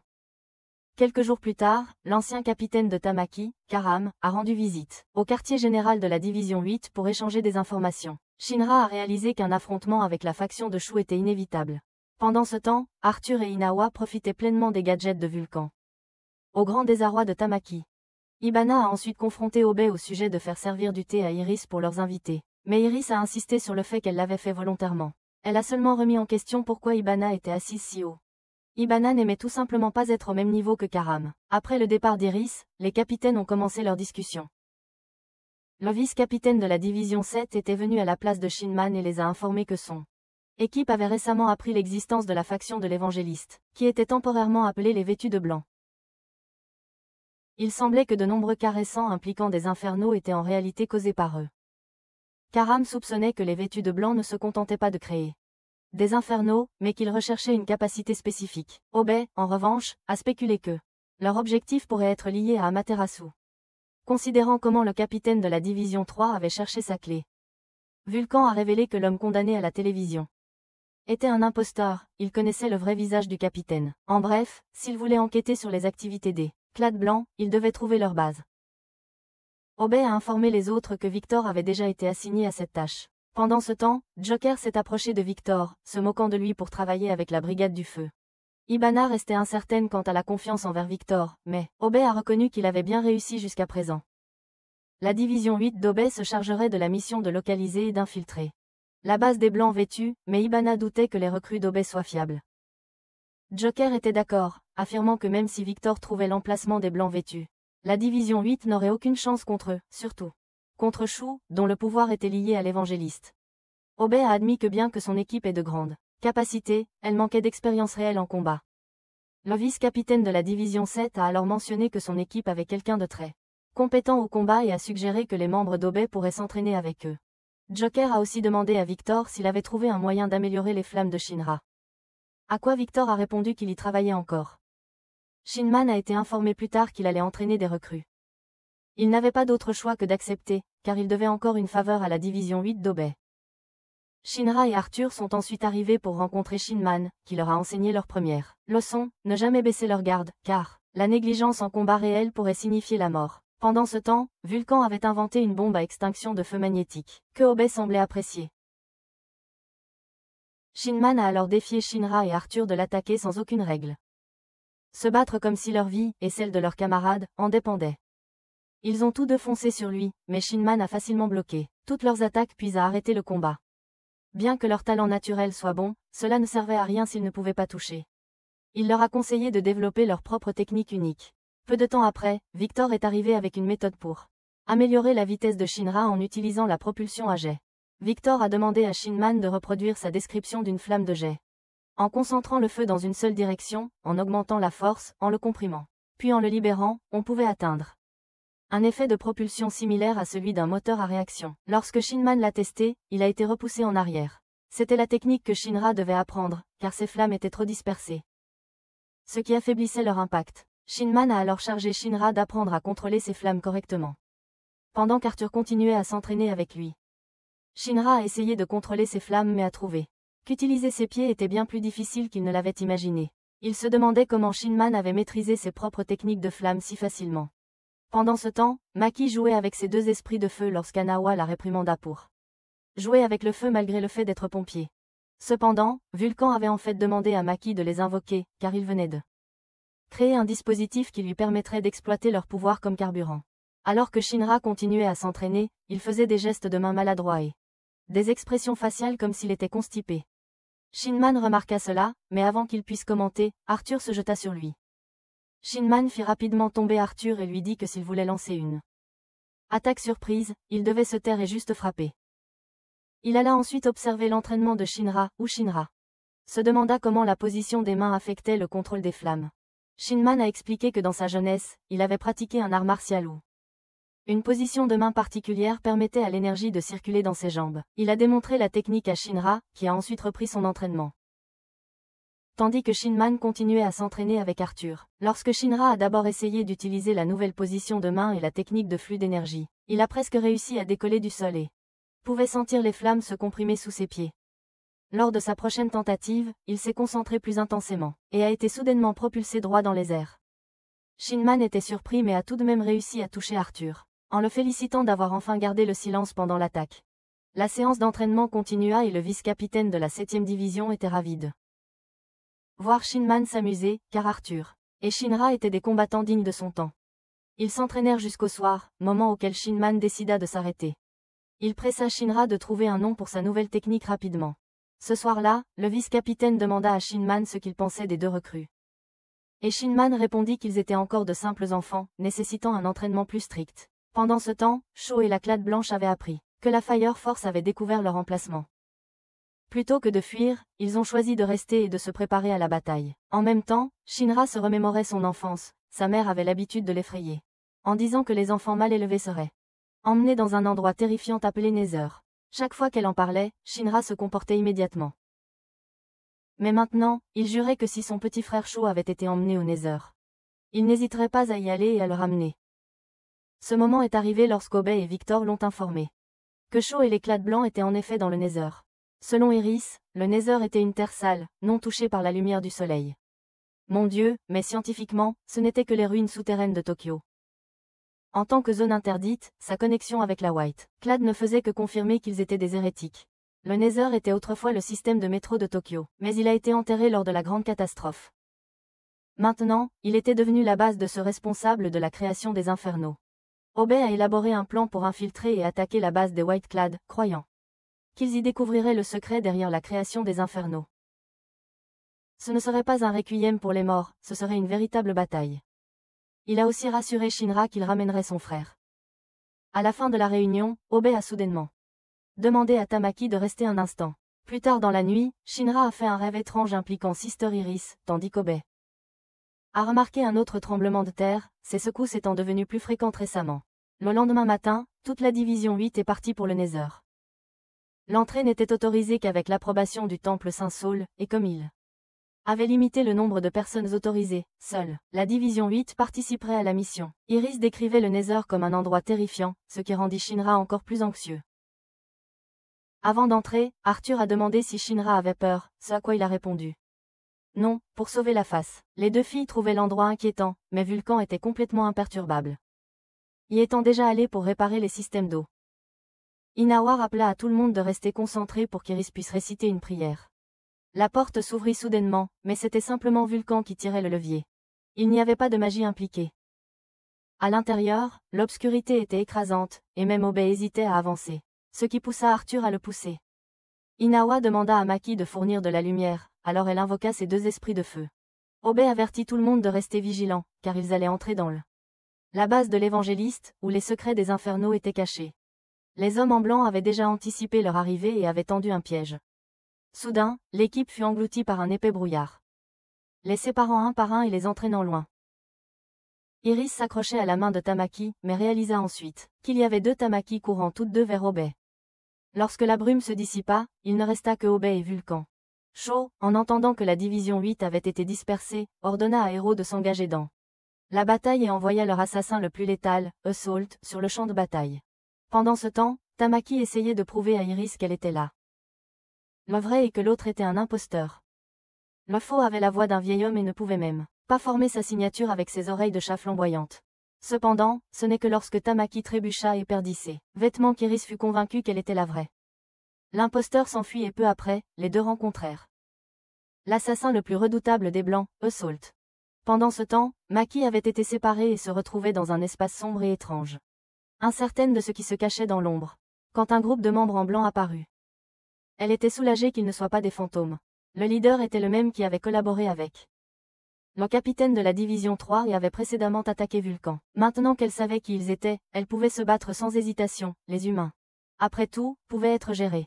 Elle activa les armes que Vulcan avait fabriquées pour elle. L'ennemi remarqua que la division 8 s'était clairement améliorée depuis leur dernière rencontre. Maki, se rappelant que ce sont ceux qui avaient fait du mal à ses juniors, décida de leur donner une leçon. Quand ils lui tirèrent des flammes, elle les bloqua tous et envoya un canon volant, en mettant l'un dehors de combat, tandis qu'un autre canon en abattait un autre. Un adversaire de combat rapproché se jeta sur elle, mais elle saisit sa tête et lui donna un coup de tête. Un autre essaya de l'attaquer, mais elle dévia l'attaque, balaya sa jambe. et lui assena un coup de genou droit dans la mâchoire, avant de l'achever avec un autre tir de canon. Il ne restait que le capitaine ennemi. Il sortit une masse à pointe enflammée et frappa Maki, mais elle bloqua l'attaque et fit frapper son visage par ses 2 canons avant de se lancer dans une attaque féroce. Il resta debout, la considérant comme une femme qui manquait de la force nécessaire pour le vaincre. Enragé, Maki s'est précipité et a porté un coup final à sa tête, le mettant hors de combat. Pendant ce temps, Eusolt a conjuré une balle de feu et a tiré sur Tamaki alors qu'elle se précipitait pour attaquer, la touchant immédiatement. Réalisant qu'elle avait une résistance considérable aux flammes, il en a invoqué encore plus. Voulant en finir rapidement, il a admis qu'il n'avait aucun intérêt à torturer des femmes. Tamaki se souvenait comment, la nuit précédente, Obe avait clairement indiqué qu'elle n'était pas obligée de participer à cette mission. Mais en tant que membre fier de la division 8, elle avait choisi de venir quand même. Shinra avait entendu et lui avait dit que si elle avait besoin d'aide, elle pouvait l'appeler. Cependant, Tamaki se rappelait qu'en tant que pompière, son devoir était de sauver les autres, pas d'être celle qui a besoin d'être sauvée. Ranimée par cette détermination, elle libéra son pouvoir et fonça sur l'assaillant. Impressionné par sa détermination, il décida de la prendre au sérieux, et combina 2 balles de feu en un tir massif. Tamaki réussit à le dévier, mais ce faisant, elle trébucha, ce qui fit accidentellement saisir l'assaut à sa poitrine. Embarrassé, il se figea un instant, permettant à Iris de saisir l'opportunité et de lui donner un coup de tuyau en métal sur la tête. Mais cela n'a pas suffi à le faire tomber, alors les 2 ont continué à le frapper. À plusieurs reprises jusqu'à ce qu'il soit enfin mis hors de combat. En même temps, Inawa avait également été séparé et a été soudainement attaqué, le forçant à se cacher derrière un pilier. Son adversaire était Aero, qui affirmait que les flammes de Shinra étaient suffisamment puissantes pour détruire toute l'humanité. Les Whiteclad étaient reconnaissants que la division 8 l'ait amené ici. Inawa a exigé de connaître leurs intentions pour Shinra, mais Aero est resté silencieux. Pendant ce temps, Shinra avait également été isolé et cherchait ses coéquipiers quand il est tombé par surprise sur Victor, qui était retenu en otage par un membre des Whiteclad. Le ravisseur a essayé d'utiliser Victor comme levier, mais avant qu'il ne puisse réagir, Shinra est intervenu en un éclair et l'a repoussé. Les 2 ont ensuite remarqué que Inawa semblait engagé dans un combat à proximité et se sont rapidement précipités pour aider. Inawa, conscient que sa position avait été révélée, avait du mal à localiser Aero parce que l'intensité de ses flammes dissimulait sa position. Il savait qu'il devait se rapprocher s'il voulait avoir une chance de victoire. Il s'est déplacé dans un wagon de train à proximité pour réduire la distance, mais Aero avait anticipé ce mouvement. Alors qu'il quittait sa couverture, elle a tiré une flèche enflammée qui a transpercé le train. Forcé de fuir une fois de plus, il sortit des débris. Aero déclara qu'une fois sa proie dans sa mire, il n'y avait pas d'échappatoire. Cependant, Inawa resta ferme, il ne remettrait jamais Shinra à ceux qui n'avaient aucun respect pour la vie humaine. Cependant, Aero affirma que le changement qu'il cherchait n'avait pas besoin de choses comme les émotions. Elle prétendit que ceux qui suivaient les voies du monde n'étaient que des fools. Car seuls les idéaux des évangélistes comptaient. Inawa admit que, dans ce monde, les émotions pouvaient parfois être aussi insignifiantes que ce que disaient les gens, qui ne faisaient que remplir leurs devoirs, ignorant leurs des sentiments pour devenir des rouages dans la machine de la société. Cela serait en effet plus facile. Mais même ainsi, il refusait de remettre ses subordonnés à des gens comme eux. C'était le moment pour lui de libérer ses émotions. Il révéla ses canons d'armes secrètes chargés 2 balles d'un niveau de destruction totale. Avec un seul tir, sa puissance de feu égalait celle d'un char. Cependant, les canons se brisaient après chaque tir, l'obligeant à les remplacer en continu. 2 membres vêtus de blanc, cachés à proximité, avaient observé, en attendant une occasion de frapper lorsqu'Inawa a montré une ouverture. Mais ils ont rapidement compris que intervenir maintenant ne serait pas différent de se tenir entre 2 chars engagés dans un échange de tirs. Inawa a rapidement été repoussée, sans savoir dans quel état se trouvait Aero de l'autre côté. Elle avait commencé à se relever, alors qu'Inawa était déjà à ses limites physiques. Mais il ne pouvait pas abandonner, pas pour lui. Qui d'autre aurait pu garder Obe et ses subordonnés indisciplinés en échec? Il se força à se relever et tira une dernière fois au moment précis où Aero lâcha sa flèche. Sa balle absorba les flammes de son tir, accélérant en vitesse et finissant par l'abattre. Épuisé, il s'effondra pour se reposer. Les 2 membres vêtus de blanc qui s'étaient cachés se révélèrent enfin, déterminés à en finir avec lui. Cependant, Inawa tira une balle vers le plafond. Ils supposèrent qu'il avait raté, mais en réalité, il avait touché quelque chose. Arthur apparut alors, ayant tout observé d'en haut. Il reconnut l'un des ennemis comme quelqu'un qui avait été précédemment à l'atelier de Vulcan et décida de régler les choses une bonne fois pour toutes. Arthur prit sa position tandis que l'autre ennemi, il a créé de nombreuses illusions pour le tromper. Pourtant, Arthur est resté calme, imperturbable face aux illusions, car elles ne pouvaient pas causer de vrai mal. Shinmin et son lieutenant avaient déjà appris à Arthur à percevoir le souffle d'un adversaire pendant un combat. Grâce à ses compétences d'observation exceptionnelles, il pouvait détecter même le moindre mouvement. Comme Shinmin l'avait enseigné, lorsque quelqu'un attaque, son souffle change par rapport à celui d'un coup ordinaire. Ainsi, même lorsque les illusions attaquaient, Arthur restait immobile, conservant sa posture. Au moment où il sentit le souffle distinct, il balança instantanément son épée, coupant l'air. Inawa présuma qu'Arthur avait frappé simplement parce qu'il avait expiré, mais en réalité, l'illusionniste, qui s'était caché derrière un pilier, s'effondra soudainement. Arthur avait déduit que l'intention véritable de l'ennemi était d'éliminer Inawa, pas lui. Inawa était complètement surpris, tandis qu'Arthur remarqua que le reste de l'ennemi avait déjà fui. Arthur a ensuite aidé Inawa à se relever, le guidant pour retrouver les autres. Pendant ce temps, Tamaki et Iris avaient heureusement réussi à trouver Maki. En même temps, Obei et Vulcan détectèrent des signes de vie devant, se retrouvant bientôt face à deux figures, Lisa et le capitaine de la division 3.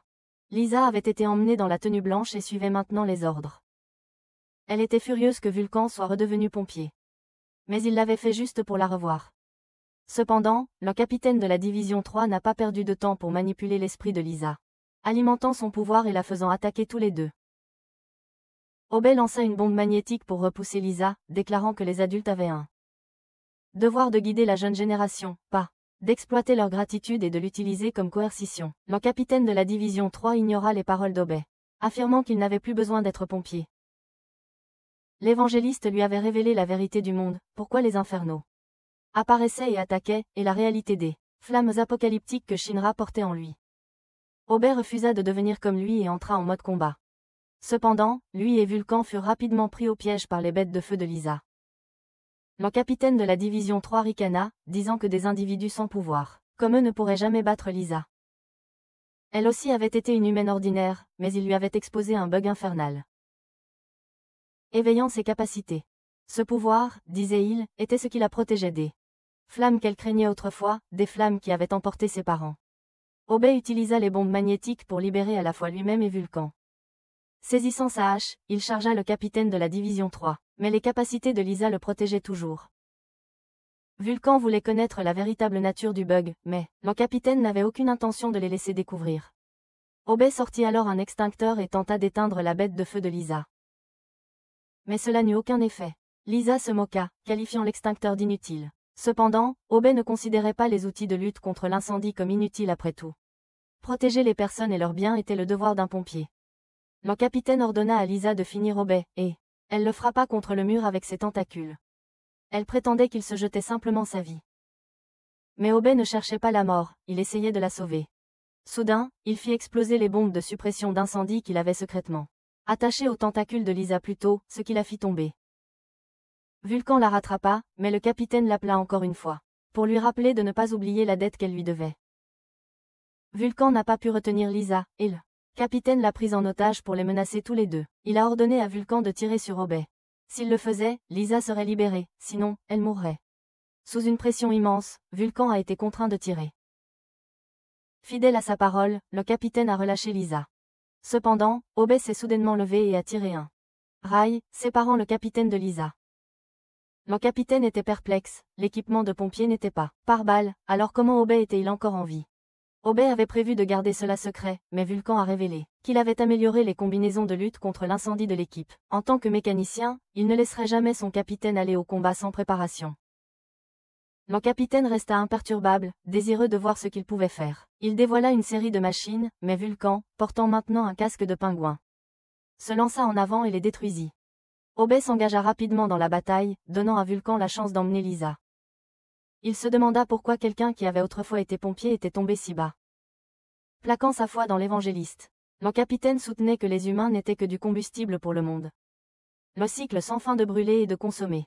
Les humains pour l'énergie étaient simplement l'ordre naturel.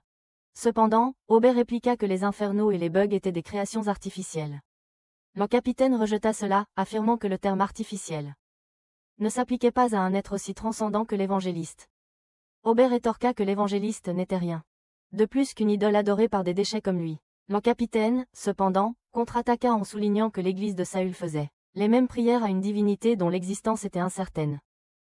Il ricana en disant que les gens ordinaires comme Obé seraient ne jamais comprendre la véritable nature de l'évangéliste. Pendant ce temps, Shinra a soudainement vu des visions étranges, un démon omineux tendant la main et le touchant. Il a ensuite vu des images de lui-même et de Shu enfant. Et une main mystérieuse s'étendant vers eux. Revenant à la réalité, il remarqua des empreintes de pas, menant vers quelque chose que Victor ne pouvait pas voir. Le capitaine de la division 3 expliqua que les capacités démoniaques de Shinra commençaient à résonner avec celles de Shu. Il révéla à Obé que les flammes de Shinra se tenaient au-dessus de toutes les autres. Les flammes, la manifestation ultime du pouvoir d'un pyrokinésiste. Il a également suggéré un lien entre les insectes et le feu, affirmant que personne n'avait jamais vraiment compris le comportement des insectes ni pourquoi ils étaient attirés par les flammes. Il a émis l'hypothèse que peut-être les insectes retournaient simplement à leurs origines, le feu lui-même. À ce moment-là, Shinra a enfin retrouvé Shu, prêt à ramener son frère chez lui comme promis. Cependant, Shu n'avait aucun souvenir d'avoir jamais eu de famille.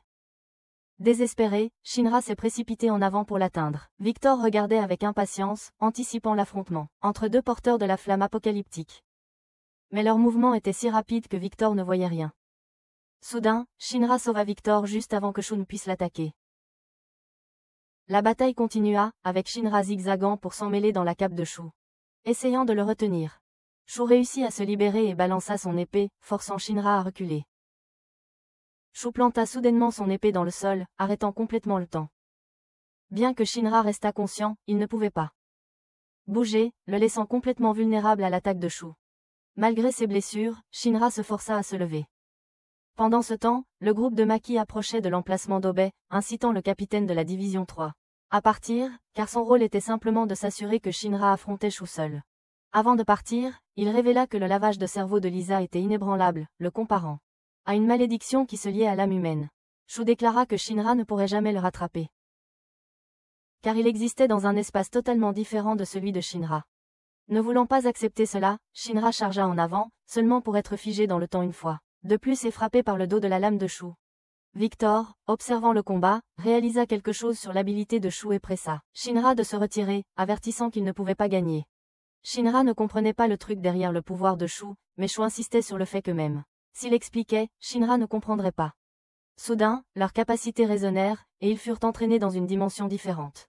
L'histoire révéla alors un élément critique de l'histoire de l'humanité qui avait autrefois englouti l'ensemble de la planète dans les flammes, réduisant la civilisation en cendres. Cet événement cataclysmique était connu sous le nom de Grand Cataclysme.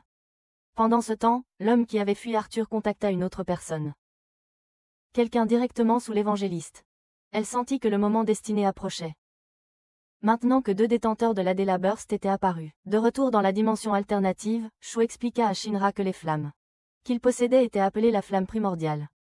Ces flammes noires sur Terre provenaient d'une autre dimension, l'enfer lui-même.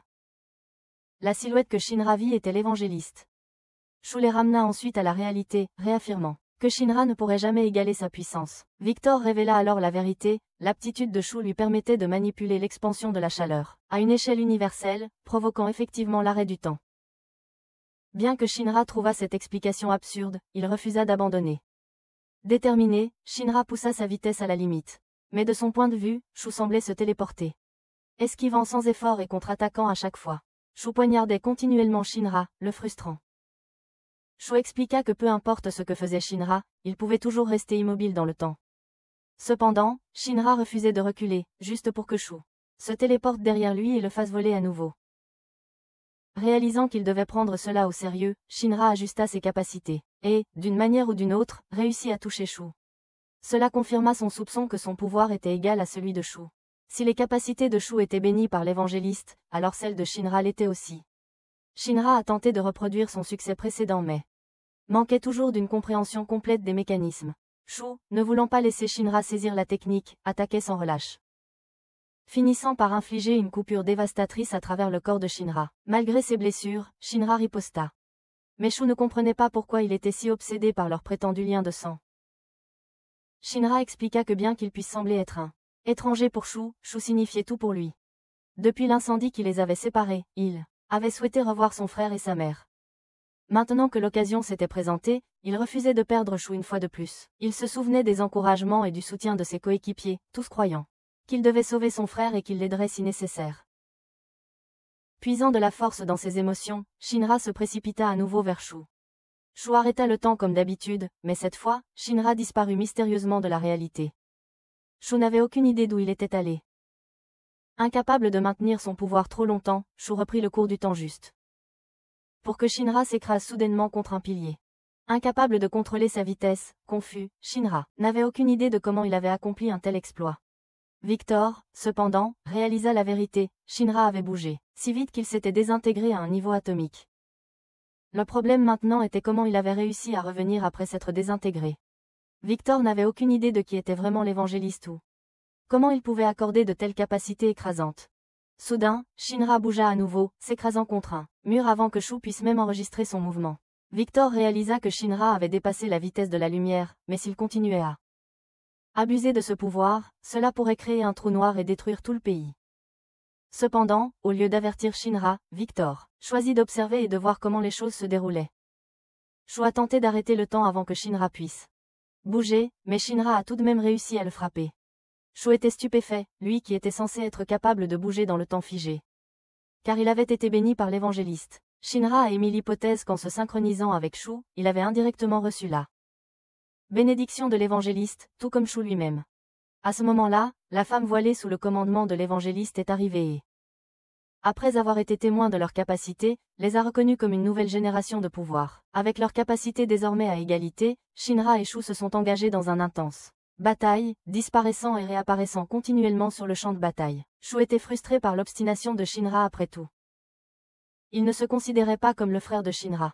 Cependant, Shinra restait joueur, traitant leur combat comme un jeu. Ce qui irritait encore plus Shu. Finalement, Shinra a atteint sa limite physique en premier, et Victor lui a conseillé d'arrêter. Victor expliqua que Shinra désintégrait son corps au niveau atomique pour se déplacer à la vitesse de la lumière et égaler Shu. Le problème était que chaque fois qu'il utilisait cette capacité, son corps se décomposait de plus en plus. S'il atteignait sa limite alors que son corps était encore désassemblé, il mourrait. Incapable de se reconstruire. La prochaine fois qu'il l'utiliserait pourrait être la dernière. Malgré cela, Shinra ne fléchit pas, il refusait d'abandonner Shu, croyant qu'il ne mériterait pas d'être appelé grand frère s'il le faisait. Shu bloqua une autre attaque et trouva Shinra incroyablement persistant. Pendant ce temps, des images de l'esprit de Shinra commencèrent à affluer dans la conscience de Shu, le rendant mal à l'aise. Mais Shinra refusait d'abandonner tant que Shu ne lui revenait pas vraiment. Alors que de plus en plus de souvenirs de Shinra se transféraient dans Shu, il aperçut des fragments de la mémoire de Shinra. Un passé douloureux, comment il avait été ostracisé à l'école après avoir perdu sa mère et son frère, comment il avait développé une habitude incontrôlable de sourire maladroitement, sous pression, et comment les gens l'avaient qualifié de démon. Pourtant, en vérité, Shinra avait chassé le vrai démon, celui responsable de l'incendie qui avait détruit leur maison. Pourtant, Shu rejetait l'idée qu'il soit le frère de Shinra. Cependant, les souvenirs continuaient, Shu se voyait sauvé de l'incendie par elle. Évangéliste et la femme voilée, Omiya. Puis, ses souvenirs remontaient encore plus loin dans sa vie avant l'incendie. Il voyait sa mère et son frère, tous les trois vivant heureux ensemble. Il voyait Shinra toujours prendre soin de lui à la place de leur mère. Un souvenir en particulier ressortait, Shu, enfant, avait une fois pleuré lorsqu'un journal lui était tombé sur le visage, le plongeant dans l'obscurité soudaine. Paniqué, il avait crié, mais Shinra était entré précipitamment dans la pièce et avait enlevé le journal, ramenant la lumière. À ce moment-là, des larmes montèrent aux yeux de Shu. Et il se retrouva soudainement dans les bras de Shinra. Il reconnut enfin Shinra comme son grand frère. Mais avant qu'il ne puisse y réfléchir davantage, son épée l'a accidentellement transpercé en plein corps. Shinra, cependant, insista sur le fait que ce n'était pas la faute de Shu. À ce moment-là, Omiya apparut et révéla le véritable objectif de l'évangéliste, rassembler tous ceux qui possédaient la flamme primordiale, tout comme Shinra et Shu. C'est pourquoi ils avaient répandu les insectes de feu. Pour éveiller davantage de porteurs de la flamme primordiale. Leur objectif ultime était de provoquer un autre grand cataclysme. Shu exigea qu'Omiya lui dise ce qui lui était vraiment arrivé toutes ces années auparavant, mais à la place, elle électrocuta sa tête, le faisant perdre connaissance et bouger comme une marionnette sans vie. Elle tenta ensuite de prendre Shinra aussi, mais ses coéquipiers sont arrivés juste à temps pour le sauver. Arthur encouragea Shinra à continuer de se battre, affirmant que lui seul avait le droit de tuer Shinra. Omiya tenta d'attaquer Arthur avec de l'électricité, mais ses capacités semblaient n'avoir aucun effet sur lui. Son allié l'encouragea à battre en retraite, mais elle insista pour éliminer d'abord toute l'équipe. À ce moment-là, les deux projectiles de canon de Maki se dirigèrent vers elle, mais ils s'arrêtèrent. Amière, et même les balles tirées contre elle ne réussirent pas à la toucher. Omiya devint de plus en plus frustrée alors qu'Arthur continuait à annuler ses capacités. Selon elle, Arthur a émis une forme d'énergie gamma qui a perturbé son électricité, empêchant celle-ci de se connecter au système nerveux des autres. Profitant de cela, l'équipe a réussi à désorienter Omiya et à sauver Shinra. Cependant, avec le tunnel sur le point de s'effondrer, ils n'ont eu d'autre choix que de reculer. Bien que Shinra ait été profondément déçu de ne pas avoir repris Shu, l'équipe a donné la priorité à sa sécurité. Alors qu'ils s'enfuyaient indemnes, des tremblements continuaient de gronder sous leurs pieds. Ils ont rapidement transporté Shinra à la base de la division 6, où ils ont rencontré le capitaine Huang, un médecin. Elle s'est renseignée sur la récente enquête d'Obey dans le Nether, et il a expliqué qu'ils avaient découvert le plan des Whiteclad et de l'évangéliste, qui répandaient des insectes de feu pour créer davantage d'infernaux, tout cela à la recherche de porteurs de Hell. Adela Burst pour provoquer la destruction du monde. Obey a ensuite supplié Huang de faire tout ce qui était en son pouvoir pour sauver Shinra. Cependant, elle a averti que même s'il survivait, il pourrait subir des conséquences permanentes. Néanmoins, elle était déterminée à préserver l'Adela Burst pour la Fire Force et sauver le camarade d'Obey. Dans la salle d'opération, une fois qu'ils avaient extrait l'épée de Shinra, Huang a utilisé ses capacités pour invoquer un serpent et la guider dans son corps. Le serpent faciliterait sa récupération, mais, en fin de compte, sa survie dépendait de sa propre volonté. Pendant ce temps, Arthur s'informa sur les autres, et Tamaki expliqua que leur lieutenant recevait des soins médicaux. Victor était parti enquêter sur quelque chose, et Vulcan restait avec Lisa. Arthur trouva étrange que la division 6 fonctionnait comme un hôpital, mais Tamaki précisa que tout comme la division 1 était liée à la force de feu et à l'église. La division 6 était la seule unité avec des capacités de guérison, servant ainsi de structure médicale. Huang a réussi à stabiliser Shinra, bien qu'il ait besoin de plusieurs jours pour se rétablir complètement et retrouver conscience. Lorsqu'il se réveilla enfin dans un lit d'hôpital, il était découragé par le retour de Shu vers l'évangéliste. À ce moment-là, l'ancien capitaine de la division 1, Burns, arriva et invita Shinra à sortir, pour une conversation au sujet de l'incendie qui avait eu lieu chez lui il y a 12 ans. Après avoir mangé, Shinra écouta Burns révéler qu'il avait été celui qui avait sauvé Shinra des flammes 12 ans auparavant. Il s'excusa ensuite d'avoir modifié le rapport officiel, ce qui avait conduit à ce que Shinra soit considéré comme un vilain. Cependant, Shinra lui demanda s'il avait su que Shu était toujours en vie et avait été emporté par l'évangéliste. Burns a admis qu'il l'avait fait, ce qui a mis Shinra en colère. Mais Burns a remis en question comment Shinra, qui n'avait pas encore pleinement contrôlé son propre pouvoir, comptait sauver Shu. Shinra, résolu, a déclaré que la prochaine fois qu'il affronterait Shu, il serait assez fort pour le sauver. Burns l'a ensuite défié de prouver sa force en le battant au combat. Les détails de leur combat sont restés flous, mais quelque temps plus tard, Vulcan est arrivé pour récupérer Shinra. Il a exhorté Shinra à ne pas paraître si abattu devant Maki et Iris. Comme ils étaient profondément inquiets pour lui, Vulcan lui a aussi rappelé qu'il n'était pas seul. En revenant à leur base, Shinra a retrouvé Iris, suivi par Maki, qui regrettait de ne pas avoir pu lui souhaiter personnellement la bienvenue. En entrant dans le bureau, il a salué Tamaki, Arthur et Victor. Inawa a été soulagé de le voir et lui a immédiatement remis une pile de rapports à compléter concernant leur précédente mission après sa rencontre avec Obey. En rendant compte à Obey, Shinra a officiellement annoncé son retour dans l'équipe. Quant à son combat contre Burns, Shinra avait à plusieurs reprises chargé à lui, mais Burns bloquait chaque attaque sans effort. Finalement, Burns, stimulé par la détermination de Shinra, libéra toute sa puissance, se transformant en une masse vivante d'énergie thermique qui repoussa sans relâche Shinra. Frustré, Shinra se demanda pourquoi Burns lui disait une partie de la vérité, pour ensuite exiger qu'il prouve sa valeur avant d'entendre le reste. Bien qu'il fasse attention à ne pas manquer de respect à Burns, Shinra ne pouvait cacher son irritation. Cependant, il se calma rapidement, déterminé à montrer sa force. Shinra se lança alors en avant, compressant les flammes sous ses pieds pour augmenter sa puissance, mais il fut toujours repoussé. Essayant à nouveau, il réussit enfin à percer le mur de feu de Burns et à porter un coup. Burns fut étonné, la faible flamme qu'il avait, une fois sauvé, avait grandi pour devenir quelque chose de redoutable. Lorsque Shinra parvint à blesser le bras de Burns, le capitaine finit par reconnaître sa force et accepta de tout révéler. Il divulgua qu'il y a 12 ans, l'évangéliste avait déjà commencé ses opérations. L'évangéliste avait prévu l'incendie chez Shinra. À ce moment-là, Shu éveilla son Adela Burst, qui enflamma la maison. Cet événement déclencha également les propres capacités de Shinra. Le démon qu'il avait vu dans le feu était, en fait, sa mère. Elle avait été transformée par les flammes de Shu, l'évangéliste étant en partie responsable de son destin. Shinra était dévasté. Il avait passé tout ce temps à chercher le démon. Pour découvrir que c'était la mère qu'il aimait. Quand il a demandé à Burns ce qui lui était arrivé, Burns a raconté qu'après 15 minutes, après le début de l'incendie, il était arrivé, avait enfoncé la porte, et avait trouvé Shinra à l'intérieur. Shinra avait parlé des flammes et du démon, ce qui a immédiatement alarmé Burns. En avançant plus loin, Aomiya et une autre personne avaient déjà utilisé leur capacité pour créer un faux cadavre de la mère de Shinra, la manipulant pour lui faire remettre Shu. Elle avait alors quitté la maison en portant Shu, disparaissant dans l'inconnu. Burns avait également remarqué que Shinra avait éveillé ses capacités. Pour l'empêcher de les utiliser, il a menti, disant à Shinra que sa mère et son frère avaient péri dans l'incendie. Il craignait que si Shinra perfectionnait ses pouvoirs, elle, évangéliste, ne le cible également. C'est pourquoi Burns n'avait jamais donné à Shinra de raison de développer ses capacités. Bien que Shinra ait utilisé ses flammes pour arriver jusqu'ici, il ressentait encore du ressentiment envers elle. Burns ne pouvait révéler que cela, ajoutant qu'il avait perdu son œil droit.